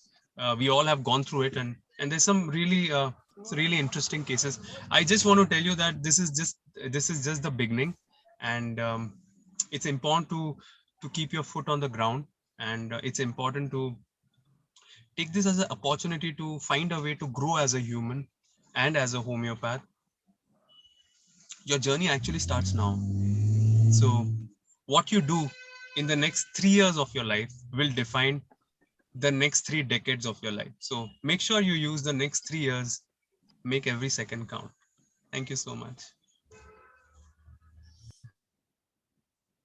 Thank you so much, sir. And congratulations to our winners, and a very warm welcome and thanks to our judges, and special thanks to Dr. Sunil Bhatnagar, sir, Mrs. Farzana ji, and Mrs. Sabina Meetchandani ji. And all of this is nothing without our participants, our viewers, our attendees. So with their support and with their participation, we could have this. And we hope that every one of you continues to support us in the future. And this is not the end. Once again, we will be continuing our journey. And especially for advanced course on classical homeopathy, we'll be having some special sessions on Fridays and Sunday for a few more weeks to meet with you all. And till then, I hope that everyone learns a lot and enjoys. And so the first prize will be gold medal and special prize presented by Synergy Homeopathic Software, which is the 6-month access for the student edition and books, course, and prizes. So we'll be contacting all our winners. So I hope if all of the panelists can turn on their camera for one last picture of the day, so that we'll conclude.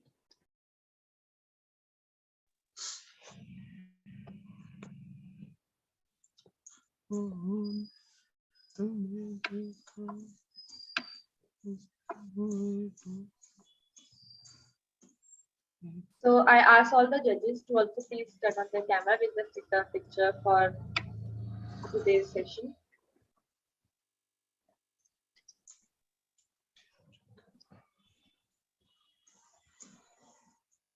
So thank you very much, everyone. And we conclude our today's session here, and we'll continue our journey.